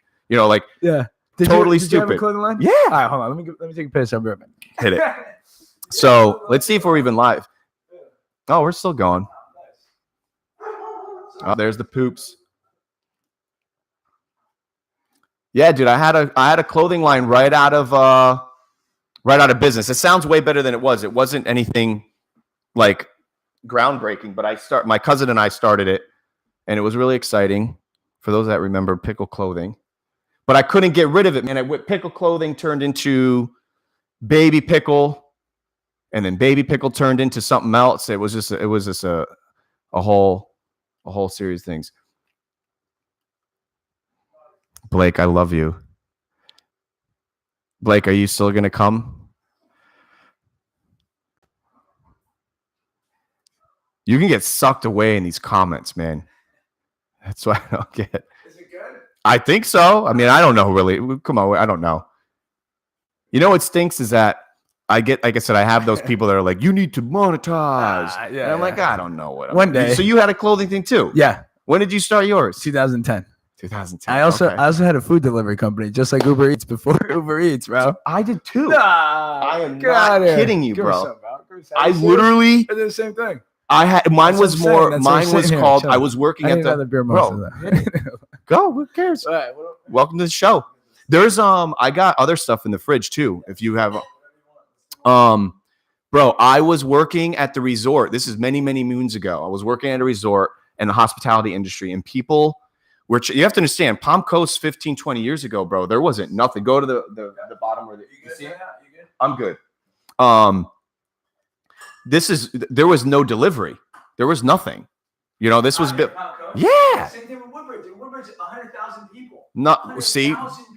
Well, we were nowhere near that. Right, but like, so European Village had just opened, and shout out to Mezzalunas. They had no way of getting their pizza to the resort. And I'll never forget, the resort wouldn't have food on property that was accessible till like after 8:00. So, bro, I was a 3 to 11 guy.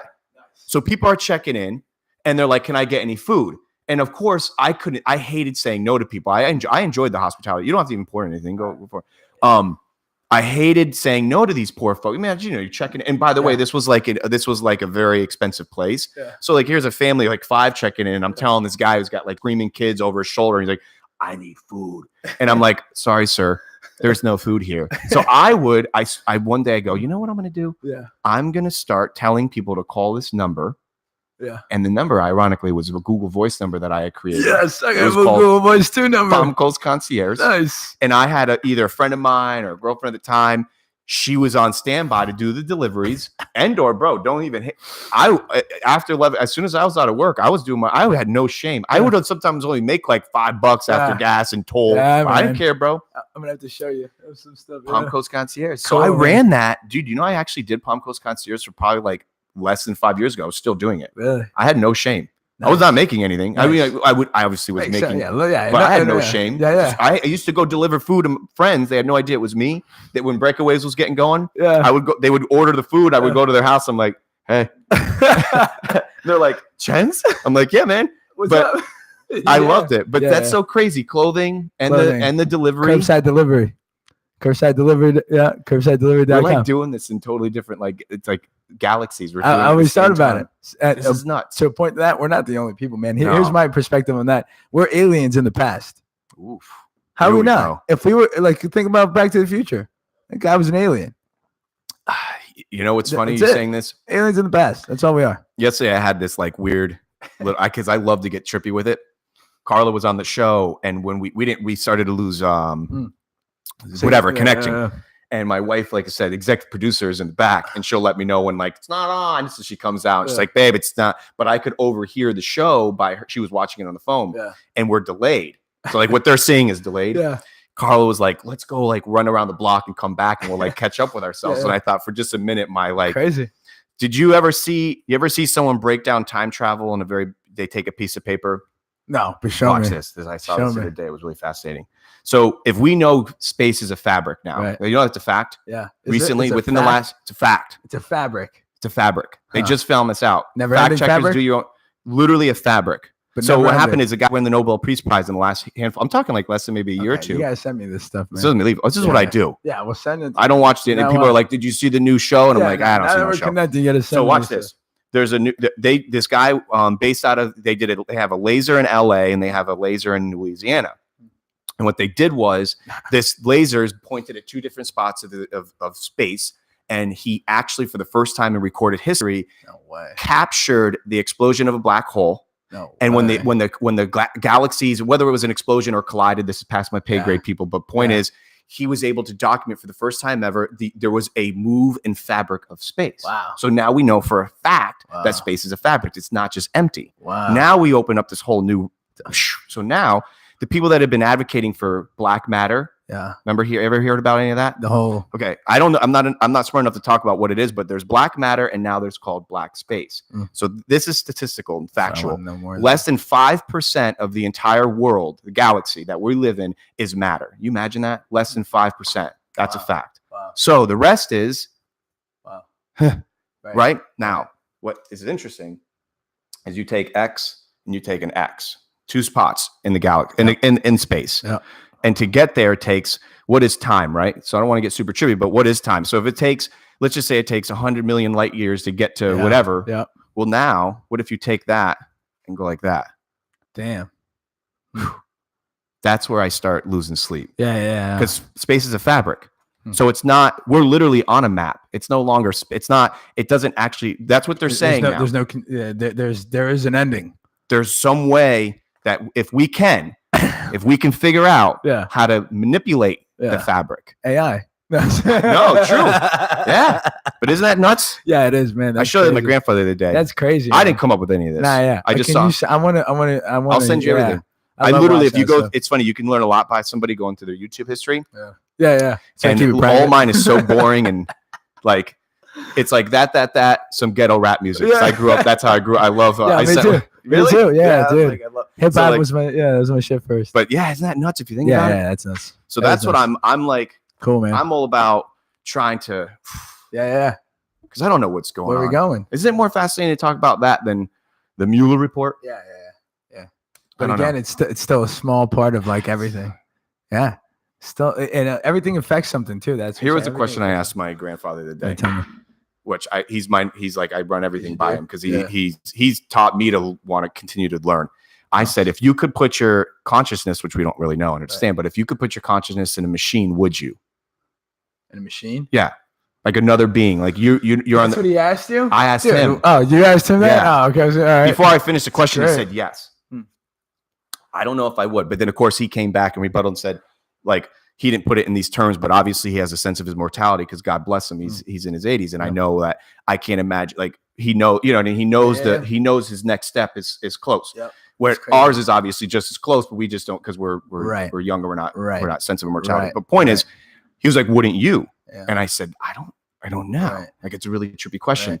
I just only asked because I've been watching these educational pieces about that. They're saying that on the brink of doing that. Would you do it? Yeah, I don't want to die, man. Yeah, I don't want to die. I don't know. Is that weird?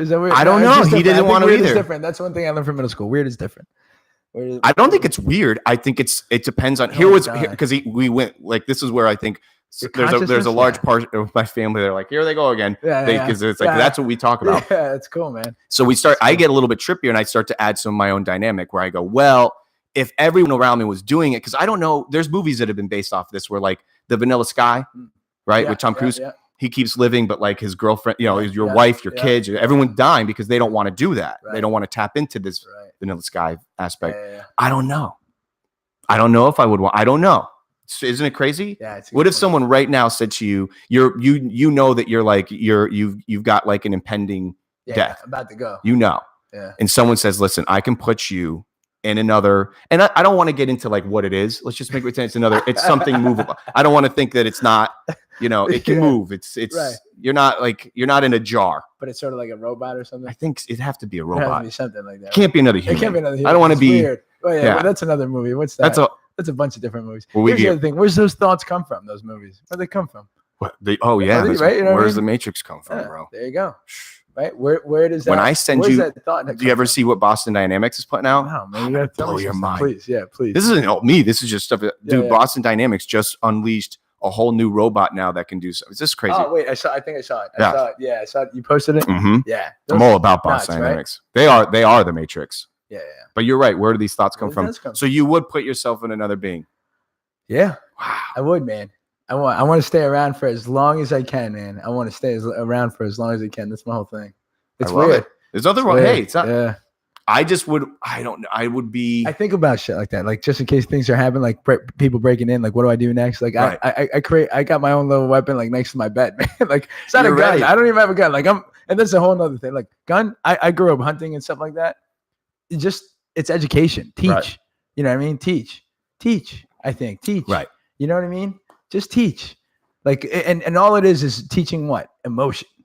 Yeah. Because like if it weren't for a lack of emotion, or all right, back to the 3%, like Elon said, I feel like I think threes, right? I think 3 is the number of somehow, and I can't wait till the fabric thing teaches us that it's threes, right? Yeah, right. How they did it, but it's like I feel like there's always a 3% that either like with genes or not, there can't connect the logical reasoning behind things, right? And a 3% that are just too far gone in terms of just like immoral or moral things that you can't. Okay. You know what I mean?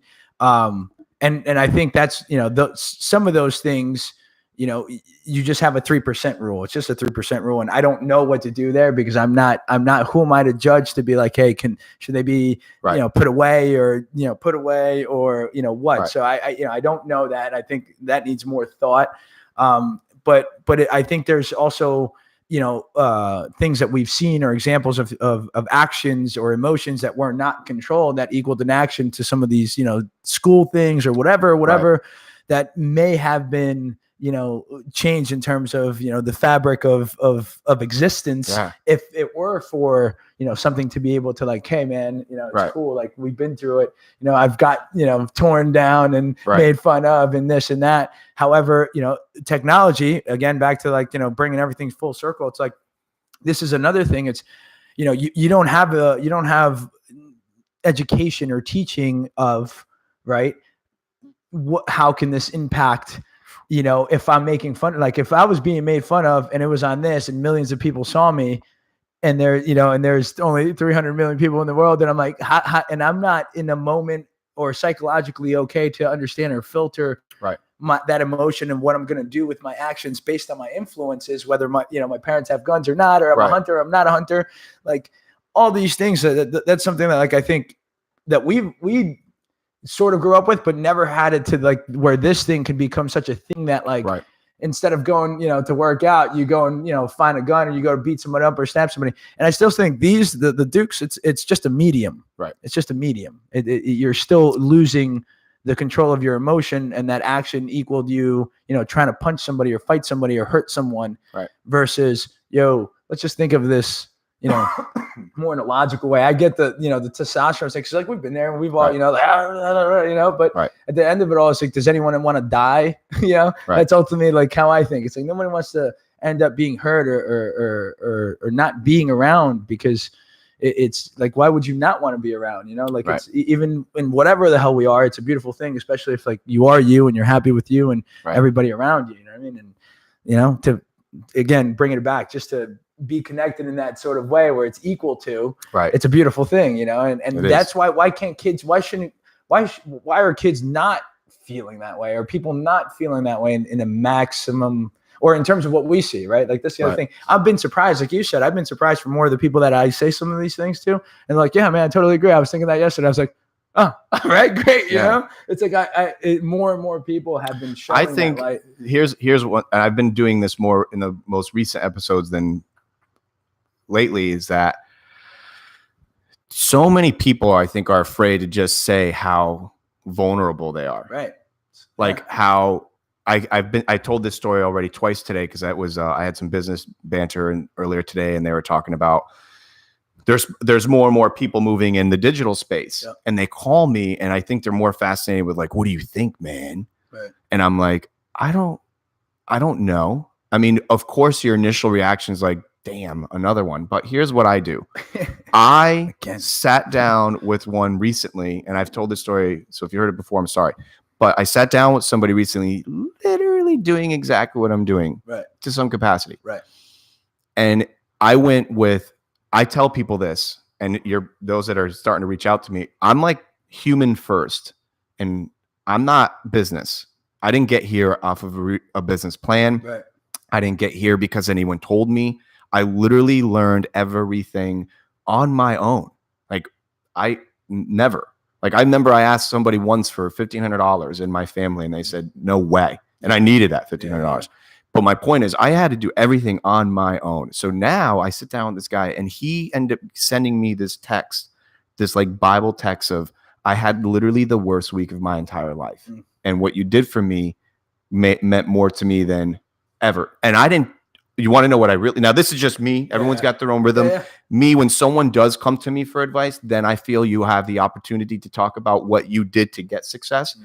Mine is the guy upstairs. I owe it to him to tell people when they ask me, because I told him if he gave it to me, I would share it. Mm. So this guy's like, how did you, and it has nothing to do with fiscal.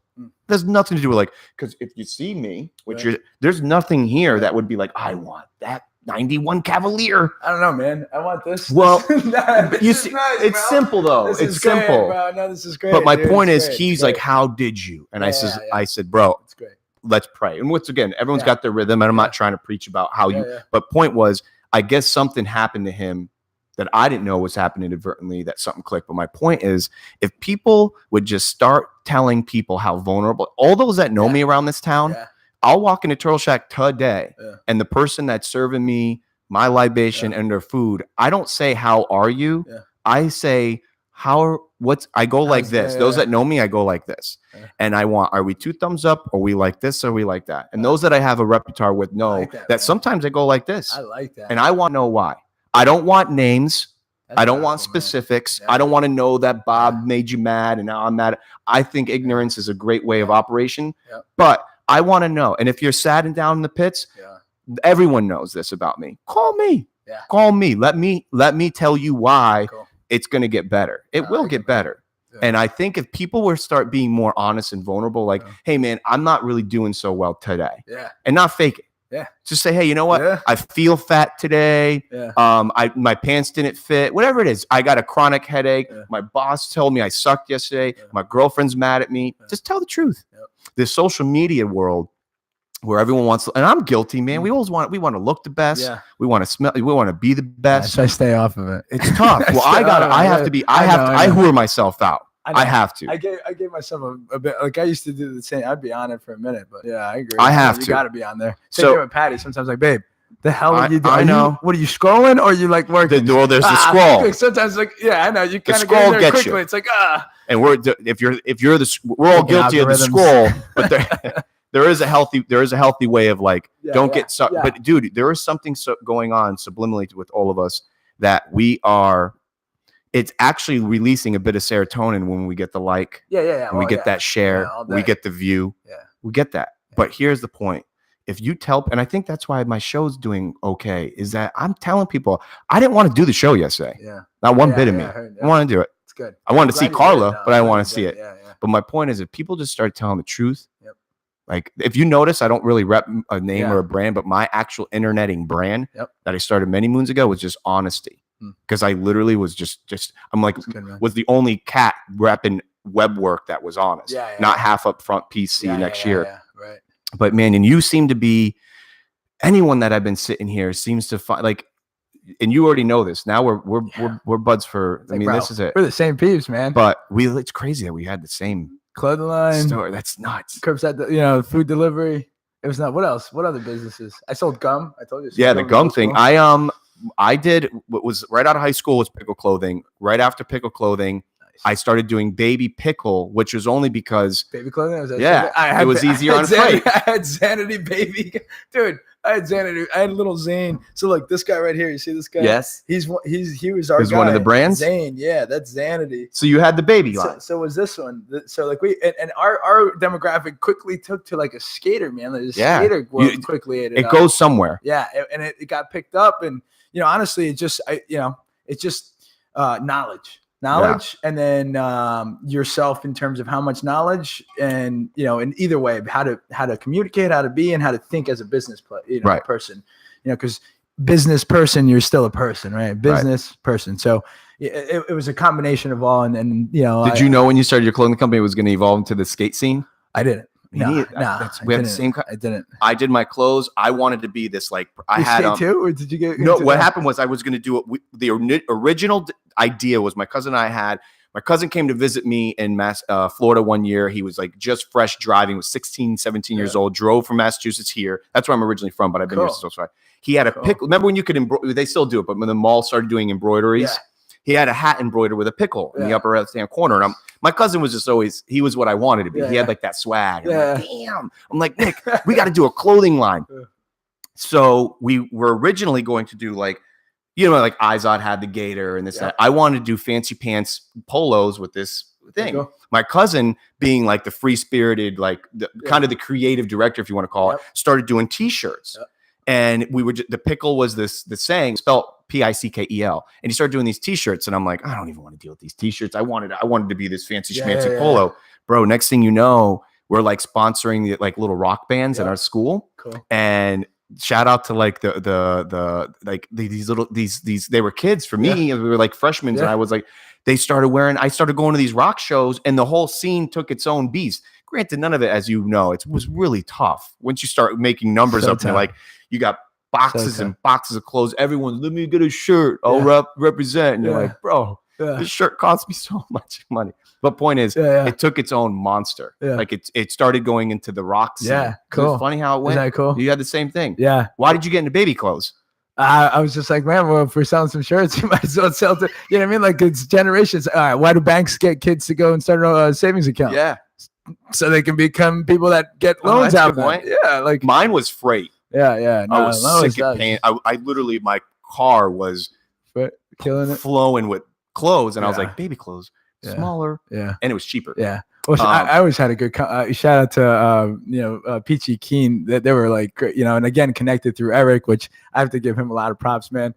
He was great. He gave me everything. He taught me the business aspect of things, of just numbers and stuff. But throughout that time, I was just doing everything. And it was just, you wanted something to stick. Yeah. What kind of person were you? I was a miserable person inside. Were you happy? I wasn't fulfilled. I was running around a million miles an hour.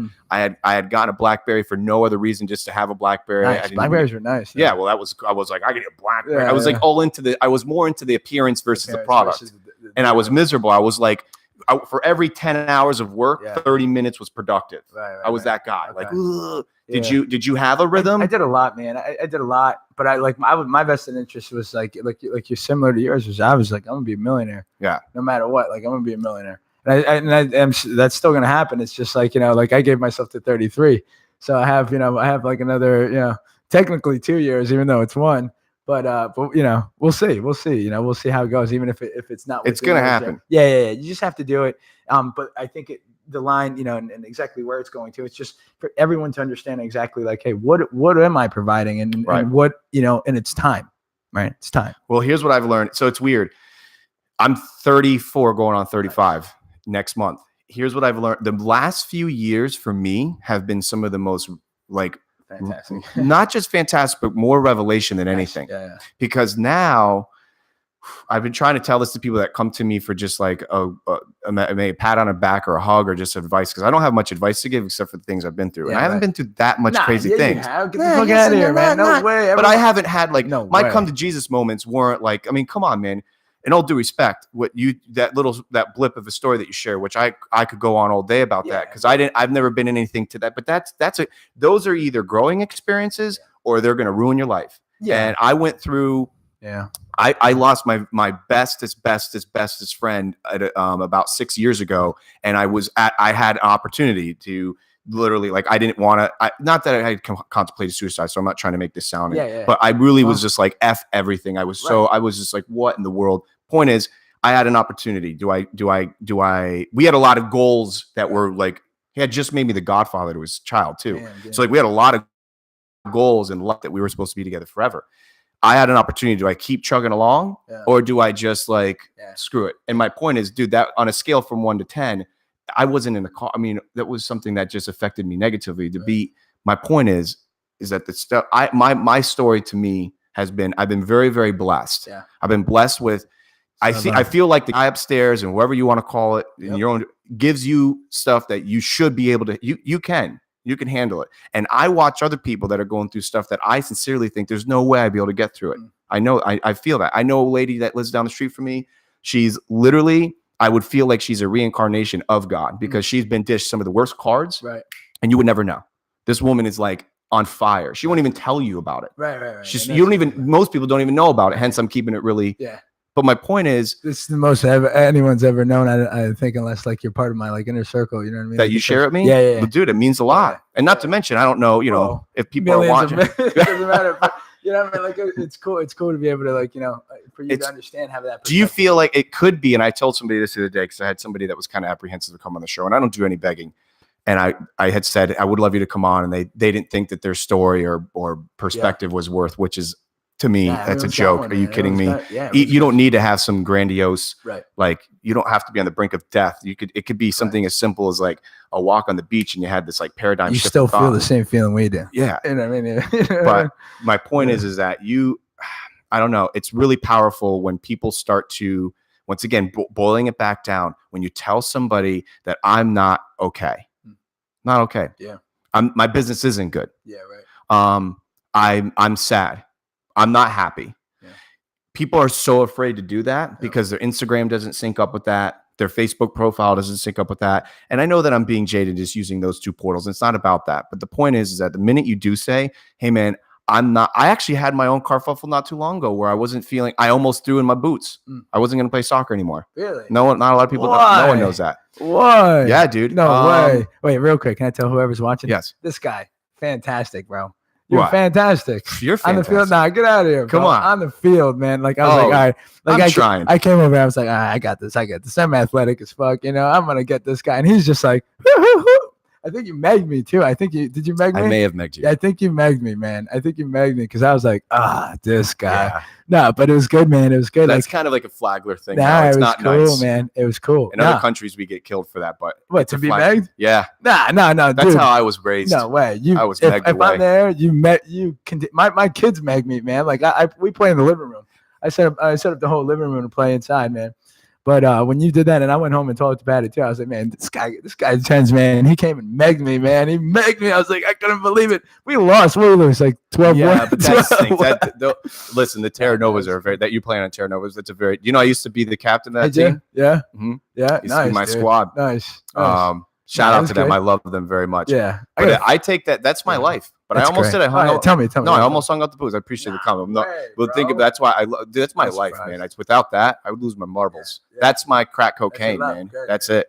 But dude, I really almost threw him in, which would be I'm gonna start coaching and nurturing the sports to some capacity. That's something we want to do. Yeah, but I almost did because I was just feeling really inadequate. Were you? Yeah, man. To the game? To the game. Nah. Yes. You fucking meg me. Yeah. Well, I was feeling really, really bad. Like it's been tough. I'm due like 3 tournaments a year. Yeah. And I've been playing religiously twice a week since pretty much high school. So, but dude, I know that I'm getting these are like it's weird getting older at the same time as Messi and Ronaldo and the greats. Yeah, those guys. Yeah, but come on, man. But we're energy, dude. All they're doing, they wake up, they're like, I gotta lift weights to get ready for soccer today at 3. This sounds so funny because people that are listening are probably like, this guy has like I was down in the pits because of soccer, but it was because I realized that I do, and I'm not trying to sound bad, but you know what I mean? Like my years are, well, you know, like I know that I'm not as good as I used to be. And it stinks and I think it's a man thing. It's a man thing. We're getting older. Like just time though. It's, you know what I mean? Think about it. When you were younger in high school, what were you doing? Nothing besides that. Right. And a little bit of this, a little bit of that. Well, you just like was. But I'm going to go play soccer. I'm going to go do this. Yeah. Like right now we got a lot of shit to run. Yeah. Other than soccer. But I want you gonna go today, by the way? Oh, I canceled it. Are you been going to pickups? Yeah. Yeah. Go. I'm going to continue going. I'll run those as long as I can. That's if I wasn't playing Mondays and Wednesdays, I would go Tuesdays and Thursdays, but I hope I've been getting a lot of compliments. There was a guy who just moved here and I saw him at Oceanside and he's like, dude, I went to the pickup. Like, thanks so much. That's the next thing. That's going to be the next thing. The soccer community. There's a lot. We're on the brink of it. And it's, real quick, it will be education for, there'll be levels, right? So, and then so we'll talk about that. Well, it's funny that the any kind of sporting community brings respect and brings kind of like, there's something we had. Soccer's amazing. For those that were playing, it was probably about a year ago. we had a huge crew come out that was from college that wasn't from around here. Yeah. And we had to teach them a little about respect. Yeah. And I grew up at Wadsworth Park here. I used to go out there when I was a kid. Nice. And I was never allowed to play. Right. And it was ran by the Portuguese at the time. Yeah. And I still know most of these guys. They wouldn't even look at me. Yeah. I would get the ball for them. Yeah. I stood on the sideline. Damn. I just watched probably for longer than I could want to admit. Like it just never was allowed to play. Damn. Never got picked up until you had that moment. Yep. Till the guy doesn't show or one gets hurt. Yep. And that's your moment. You get these kids out here now. They came out and it's pickup. Yeah, so you get picked and they were just trying to, monopolize it, and a lot of that. Yeah, very young. I've said that too, man. I saw playing in Ormond for a minute. There were a few younger cats, and they kept talking shit. Like, and it's weird. You got the older goalie who's like, respect, but then they gang up on him, man. They gang up on the old guy. Yep. And unless and sometimes no other old guy wants to say anything, and it's like, what? You know what I mean? That's just like, nah, man, chill out. You know what I mean? Like respect the goalie, respect it, No, it's a lot to do. It's to me, man. It really is. It's the most universal. So what was that? So like you were like, yeah, I'm done, and then what happened? I almost threw in there. You watched Rocky? I really did. This is gonna sound so tacky, but I talked to probably like a handful of people literally daily. Really? Because you're feeling that way? No, just in general. My life routine is like I talk with there's a handful of people that call me literally every day. Very cool. And we talk, and it's funny because you think like, what could you possibly talk about? But I guess it's just life, and I love community. I just love it. Right. Point is, I was about to hang it up, and it's tacky as it sounds, bro. I was waking up every day, and I'm a big believer in like what you put in, you're gonna get out, right, bro? With YouTube in today's day and age, like I said, a lot of people are gonna make fun of me for this probably, but my wife hated it. Yeah. I woke up, bro, first thing in the morning, literally like out of bed, grab phone, YouTube, like educational, like motivational speech, and it's got like some crazy rage music in the background. Bro, I would wake up on like a game day, not even game days, just like a normal day, and I'm like, I'm going to do this. Yeah. Because what happened was I think I had gotten hurt. I got hurt a couple months ago once I don't play for a week or two, I start feeling really inadequate. Yeah. So I got hurt and I thought this could be it. No. So I went to my dungeon, man. Yeah. Did you ever watch Dragon Ball Z? My little brothers did. All right. I like compare my whole life to Dragon Ball Z. So there's a thing in Dragon Ball where you go to this thing, the hyperbolic time chamber. Gravity's more, time kind of goes faster. So like 10 push-ups is like 100. Okay. So I went to my hyperbolic time chamber, bro. I went for like a week or two. Nice. I went to like, I'm doing 100 push-ups a day. You did. I'm gonna do this. I was gonna become bigger, faster, stronger. Yeah. And dude, I needed I love it. I needed the Michael Jordan speech every morning, and I did, and I'm back. Yep. So I am aware of my surroundings. Influence. Yeah, influence. But I remember we had a tournament coming up, which, by the way, you're going to be playing in. I would love to. We had a tournament coming up, and bro, I balled out. I felt so good. I was like, so good. Right? Like, oh, dude, you meg me, bro. You meg me. That's what I got to say. Super Saiyan right there, man. That was crazy. And I've been getting better after you make like the same thing, like every time I come back, I'm like, nah, man, that can't happen again. That can't happen again. That can't happen again. Same thing, Patty. Like I have Alexa motivate me in the morning. Sometimes Patty's like, all right, stop with the motivation. I was like, babe, fuck out of the room. Good. Yeah. No, it's good because like it's again influence, and that creates so many smart people out there. Some of these speeches, man. Yeah. I've heard some of the most amazing pep talks from people that are like that have lost limbs that are this, and I'm like, I think I got a pep. Right, correct. Get on your face. Did you hear me say recently? I stole this from Whitney. I love you, Whitney. Shout out to Whitney. Sit in your suck. Yeah. That's what dude. I'm then using it, and I have to give the disclaimer. I have to give the byline. Bro, that is like, but there's a fine line. Right. I have to always add that, like, don't stay in that. Right, for sure. But I was in my suck. Yeah. And once again, I sound to anybody dealing with I'm just becoming aware of my mortality. Like I was like, damn, I'm getting older. And my team, my Monday team, like I'm like accumulatively age, I'm like older than them. Like they're a young crew of dudes that I'm so honored that they even want to play with me or for me. But it's you want to talk about when you get a sense of like, wow, man. And you see them go by, like, and you're like, wow. Yeah. So, but anyways, when we played that game, the passion you've got, and it has nothing to do that passion, man. That's what did I do? The minute the game got over, I came up to you and like just marinated on you of like, bro, don't change. And there's not a lot of that. Like for every 10 people, there's like one guy. Most of them get they're always going to have bad games. There's going to be good games, but you were on fire. Yeah. You kept your team motivated. Yeah. You got to keep the team motivated. That's the other thing is I don't understand that. Like, man, when people get down, I'm a big basketball player. Before soccer, I was on the basketball court, and I got a cup freshman team, my freshman high school. But same thing, like, because I think I'm like, yo, it's a team sport. Yep. So, if my guy just missed a shot or if my guy did this, instead of yelling at him, same thing. And sometimes I see it with the high school kids because like my Rudy plays high school. He plays high school soccer and they both play travel. So I try to tell them, like, guys, you got to be able to communicate. Like, again, it's the communication thing. It's how are you affecting the person that just missed the goal or the pass or anything? Like, are you like, because I hear the kids going, hey, negative, yell, negative, instead of like, hey, yo, next time I got you. Next, I'll be there. No problem. My bad. That was me. Let me get it to you. You just tell me what you need. Like, isn't it fascinating if you can't play a sport and problem solving is so important. Yep.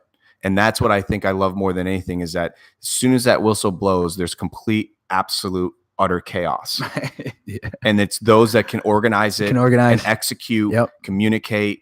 And dude, it literally trickles into my entire life. Right. Like the most common question I get across the board, what people are like, how did you do this? How do you do this business thing? Not the podcast, but as I say, communication. Yeah.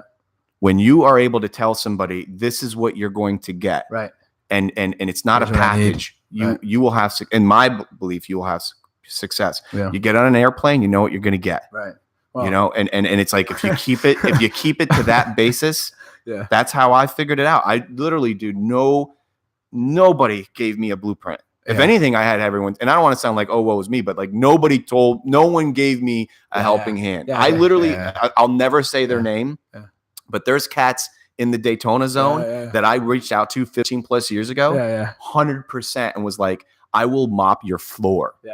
Just to be in your space. Let me learn. Bro, the guy wouldn't even look at me the entire duration of the meeting. I gotcha. I'm like anything. The dude could have been like, all right, bro, do my laundry for a year. I'm like, done. Just to be in his space. This same guy, and they know who they are.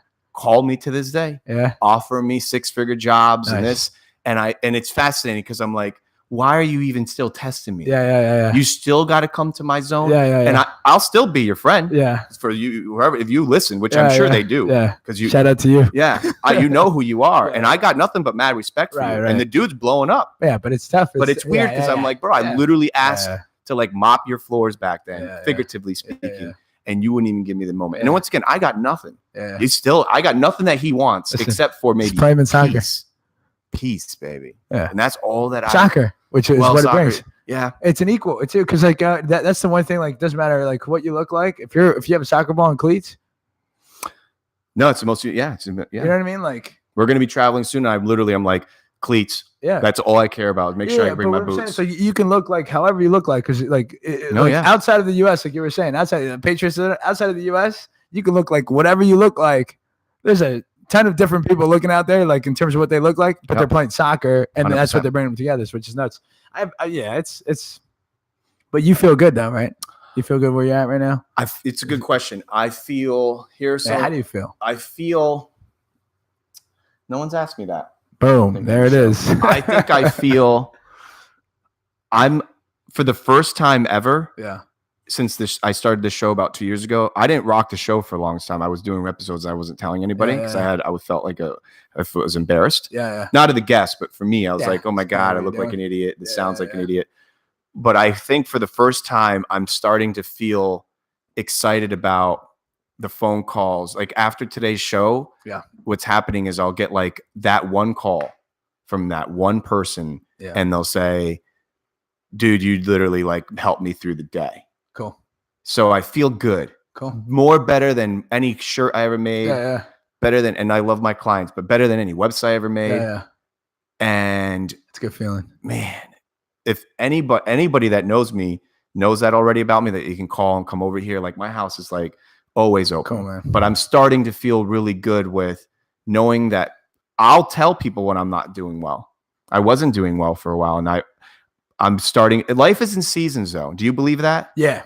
So it's just up and down. You just have to be ready. Well, look, Patty tore her MCL 3 weeks ago, and she's an initial crucial part. She's, you know, the 50% of my other half, you know, and in terms of what we do together, even film, man, like, you know, she was in a wheelchair at one point because like she couldn't stand on her knee. She was holding the 4K camera and I was rolling her. So we had a nice pan action. You know what I mean? You know Lemons what I mean? out of lemonade. Yeah, lemonade out of lemons. We gotta do it. So that, and then the sacred ball to the eye. Sacred ball to the eye. Oh, by the way, so everyone that may be hating, like, this dude's wearing sunglasses. Nah, you got a ball to the eye. Yeah, I got a ball to the eye. I'm glad it was okay, man. That's scary stuff. Got up real quick. Couldn't see. It was like seeing out of like wax paper. At the left I know eye. exactly his feeling. It sucks. And, you were all right though. They said it wasn't the cornea. I went to Flagler. Then they went to Jacksonville. They sent me to Jacksonville because they thought it might have ruptured the globe. But luckily, you know, good. I was like, best case scenario, I travel all the way to Jacksonville and tell me no surgery needed, and that's exactly what it was. So yeah, definitely worth it. So thank goodness for that. But again, instead of asking why me, where, you know, initially I would have, and I have done that, like in situations like that, it's like, oh, why me? Why us? Right. We were just going there now. This is more what now, right? Like, what is my situation? Perfect example, like you were saying, it's like, you know, I was being transferred in the ambulance, and I was like, it's kind of like feeling. I was like, I don't want to speak to anybody right now. Oh, you actually took an ambulance ride? Yeah, I didn't know that. Yeah, they transferred me because I went to Flagler, and then they didn't have an eye person out there, so they're like, we got to send you to Jacksonville because in case it is surgery, that's where you want to. You got to get it done fast. Yeah, because you're gonna lose your eye. And so in the ambulance again, you know, I'm there riding, right? And like, I'm why riding, me? and I'm like, not even. No, I'm just saying you had the opportunity to go. Why me? Well, yeah, and I was not feeling like talkative, like usually like I am, right? I'm like, oh, let me tell you, see what's up. But then I really asked myself, like, it's like, what next? Like, what is my opportunity here, and what can I do out of this situation that would affect someone, you know? And I started talking to the ambulance guy, man. Next thing you know, he like opened up and told me about, you know, what his struggle, what he was going through with like his 12-year-old daughter in terms of like influence, you know, another friend at school and what she's been doing with the phone and all this stuff. And, you know, so he opened up and it was literally, an hour. Patient helping patient. Yeah. And it was, and you know, the way this situation happened, because it's situational based, was I couldn't like, everything up until the moment that ball hit me in the eye, I was able to control. Like, even if I went like this or like this, but I didn't. Right. And what happened was my outcome. That outcome led me to another situation. And in that situation, then I started trying to figure out exactly, you know, like I was upset. I was angry. I was like, and I don't like anybody else driving. I don't like anybody else driving. There's only a few people I let people drive, man, because I'm like super particular in terms of, you know, the control aspect. I can imagine the shit you've been through. Right? Yeah. I've been through a few of those, you know, not those in particular, but accidents in terms of crazy shit. But I was like, you know what? I'm like, this is the reason why things happen, and this is the reason I exist to talk to people and figure out how I can influence them in some sort of way, you know, or at least give them perspective. And we talked. I gave him a few things. And then, you know, we fist bumps. It was great. Came in. There was 7 people, you know, there waiting for me to check my eye, and you know, and all those 7 people were really nice. And they were, you know, so shout out to all those people from, you know, all the hospitals, Flagler, the Jacksonville, Sands. But they were all great and went back. But you know, I feel like even if I never speak to that guy, that there's something there that, you know, we connected in terms of that. So it was cool. But yeah, that's what it was. That's what it was. With I think it's once again, it's powerful, and I keep saying it, but it doesn't. You can't say it enough times. Is like all today. Think about how many people, and I know I get a lot of people that's joking like, can't watch your show. I'm like, it's recorded, and you watch when you want. Yeah. But those that are going right now, they're at work. Yeah, they just got things that like they got something going on that is not good, and I don't know. Can we quickly talk about something else? Yeah. All right. So partnership, right? Like you and your wife, or just relationship. You know, I know that's a lot of big. You know, that a lot of people don't talk about, you know? Yeah. It's how do you communicate like that too? Just so like you're communicating with your client, like, hey, this is what you should expect, or what I need, or XYZ. So I feel like some of those things are kind of taboo, and you don't get a full communication in terms of what you're feeling, how you're feeling. I think, you know, same thing with the business. And I get the privilege to work with Patty, you know, as well as like, you know, be a father, mother team to the kids and sort of do what we do. But it really is, you know, there's been a lot of times where, you know, between couples, you have your miscommunications, and it also comes down to the person that you are, which again, role. You're the person, business person, you know, trash person, mail person, cop person, doesn't matter. You're that person in that role. so you can be a good cop, bad cop, or, a mediocre cop. It's just who you are and what you're doing and where you are with that. Just like being a soccer player, same thing. I think it's just clear communication. And I think that's the whole thing that that's why we have, you have a podcast, and what we're doing is we're just communicating different thoughts and ideas. Yep. And I think when you can truly just be honest with who you are and what it is, with any relationship, with your other half and your kids and, your partner or, your business partner and all that stuff. I think that's where you get to that next level of understanding and 100%. doing doing what, or being the person you want in the situation that you want. There's a funny, they say like opinions are like assholes. Everyone has one. I don't like that saying because it like puts a negative connotation tone to it. Right. On an opinion. I grew up kind of feeling unheard sometimes. Yeah. As like the uneducated, unsophisticated guy in school. Really? I thought I had ideas and concepts that could make things better, and no one was going to listen to it. I'll never forget. Here's a funny story. I was in high school and I had gotten all my friends were like AP. Yeah. Most of the guys that I was chilling with near my end of the high school career. Yeah. I had a huge, I had a vast variety of friends, but my immediate like knucklehead crew were AP smarty party pants. Yeah.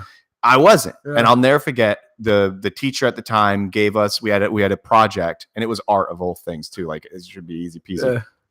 The lady I know didn't like me. I just knew. And I wasn't an easy student. I didn't come on it. So it wasn't her fault. Long story short, my friends get A's in the class. I got a B. And that to me already was awesome. But because I was in a class that I would never be in that class with them. Yeah. Because it was the one time I had a class that was normal. Everything else was AP. This was just art. Yeah. And I remember she had opened up the opportunity because she was like this really trippy art lady. And she goes, if anyone feels that they should get a better grade, then I invite you to speak to me afterwards. Nice.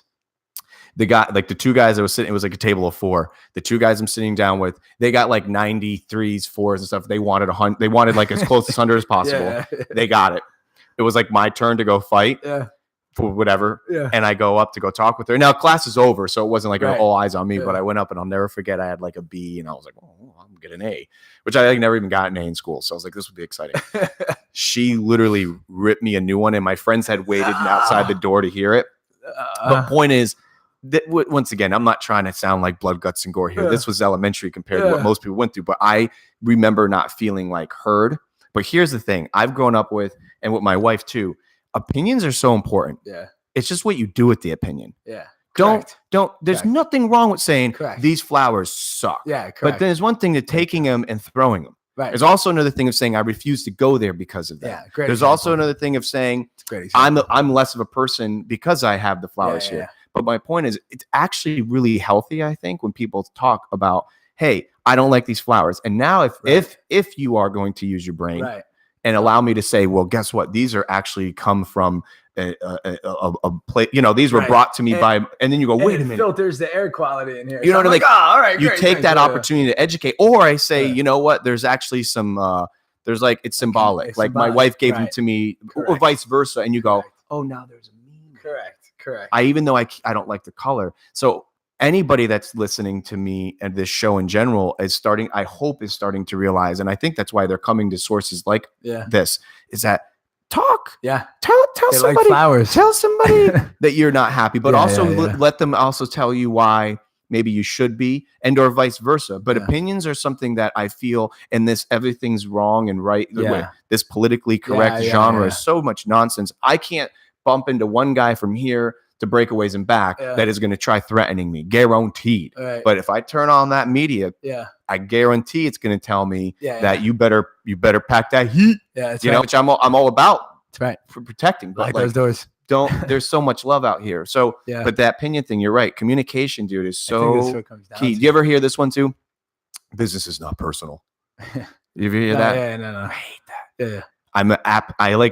If there's one thing I would leave in the business realm, is like it is personal. That's your message, man. It's 100% That's your message. Yeah, business is personal. It's the most. It's your livelihood. You're asking someone to give you money for a product and or service. Yeah, it's their money. Yeah, it's your livelihood. It's your product. Right. It's very personal. Now you may be buku bucks and you've got FU money and you don't see that transaction. Right. God bless. Right. But it's personal. Yeah. And if you're not rendering those services and you took that person's money, it is personal. Yeah. and it's not nice. Yeah. And I'm a big believer. And I've had more people in the beginning when I started, when I was first like 15 plus years ago, making $300 a month.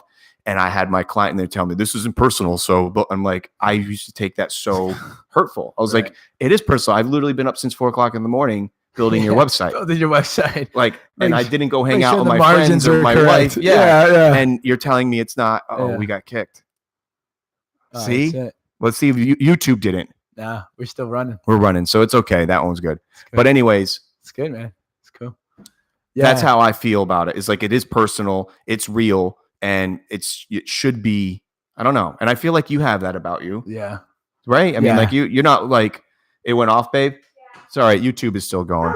But I guess we can also, I mean, it's 1:30. We can knock it down. Let's do this too, because I'm going to be putting the YouTube link in the Facebook one.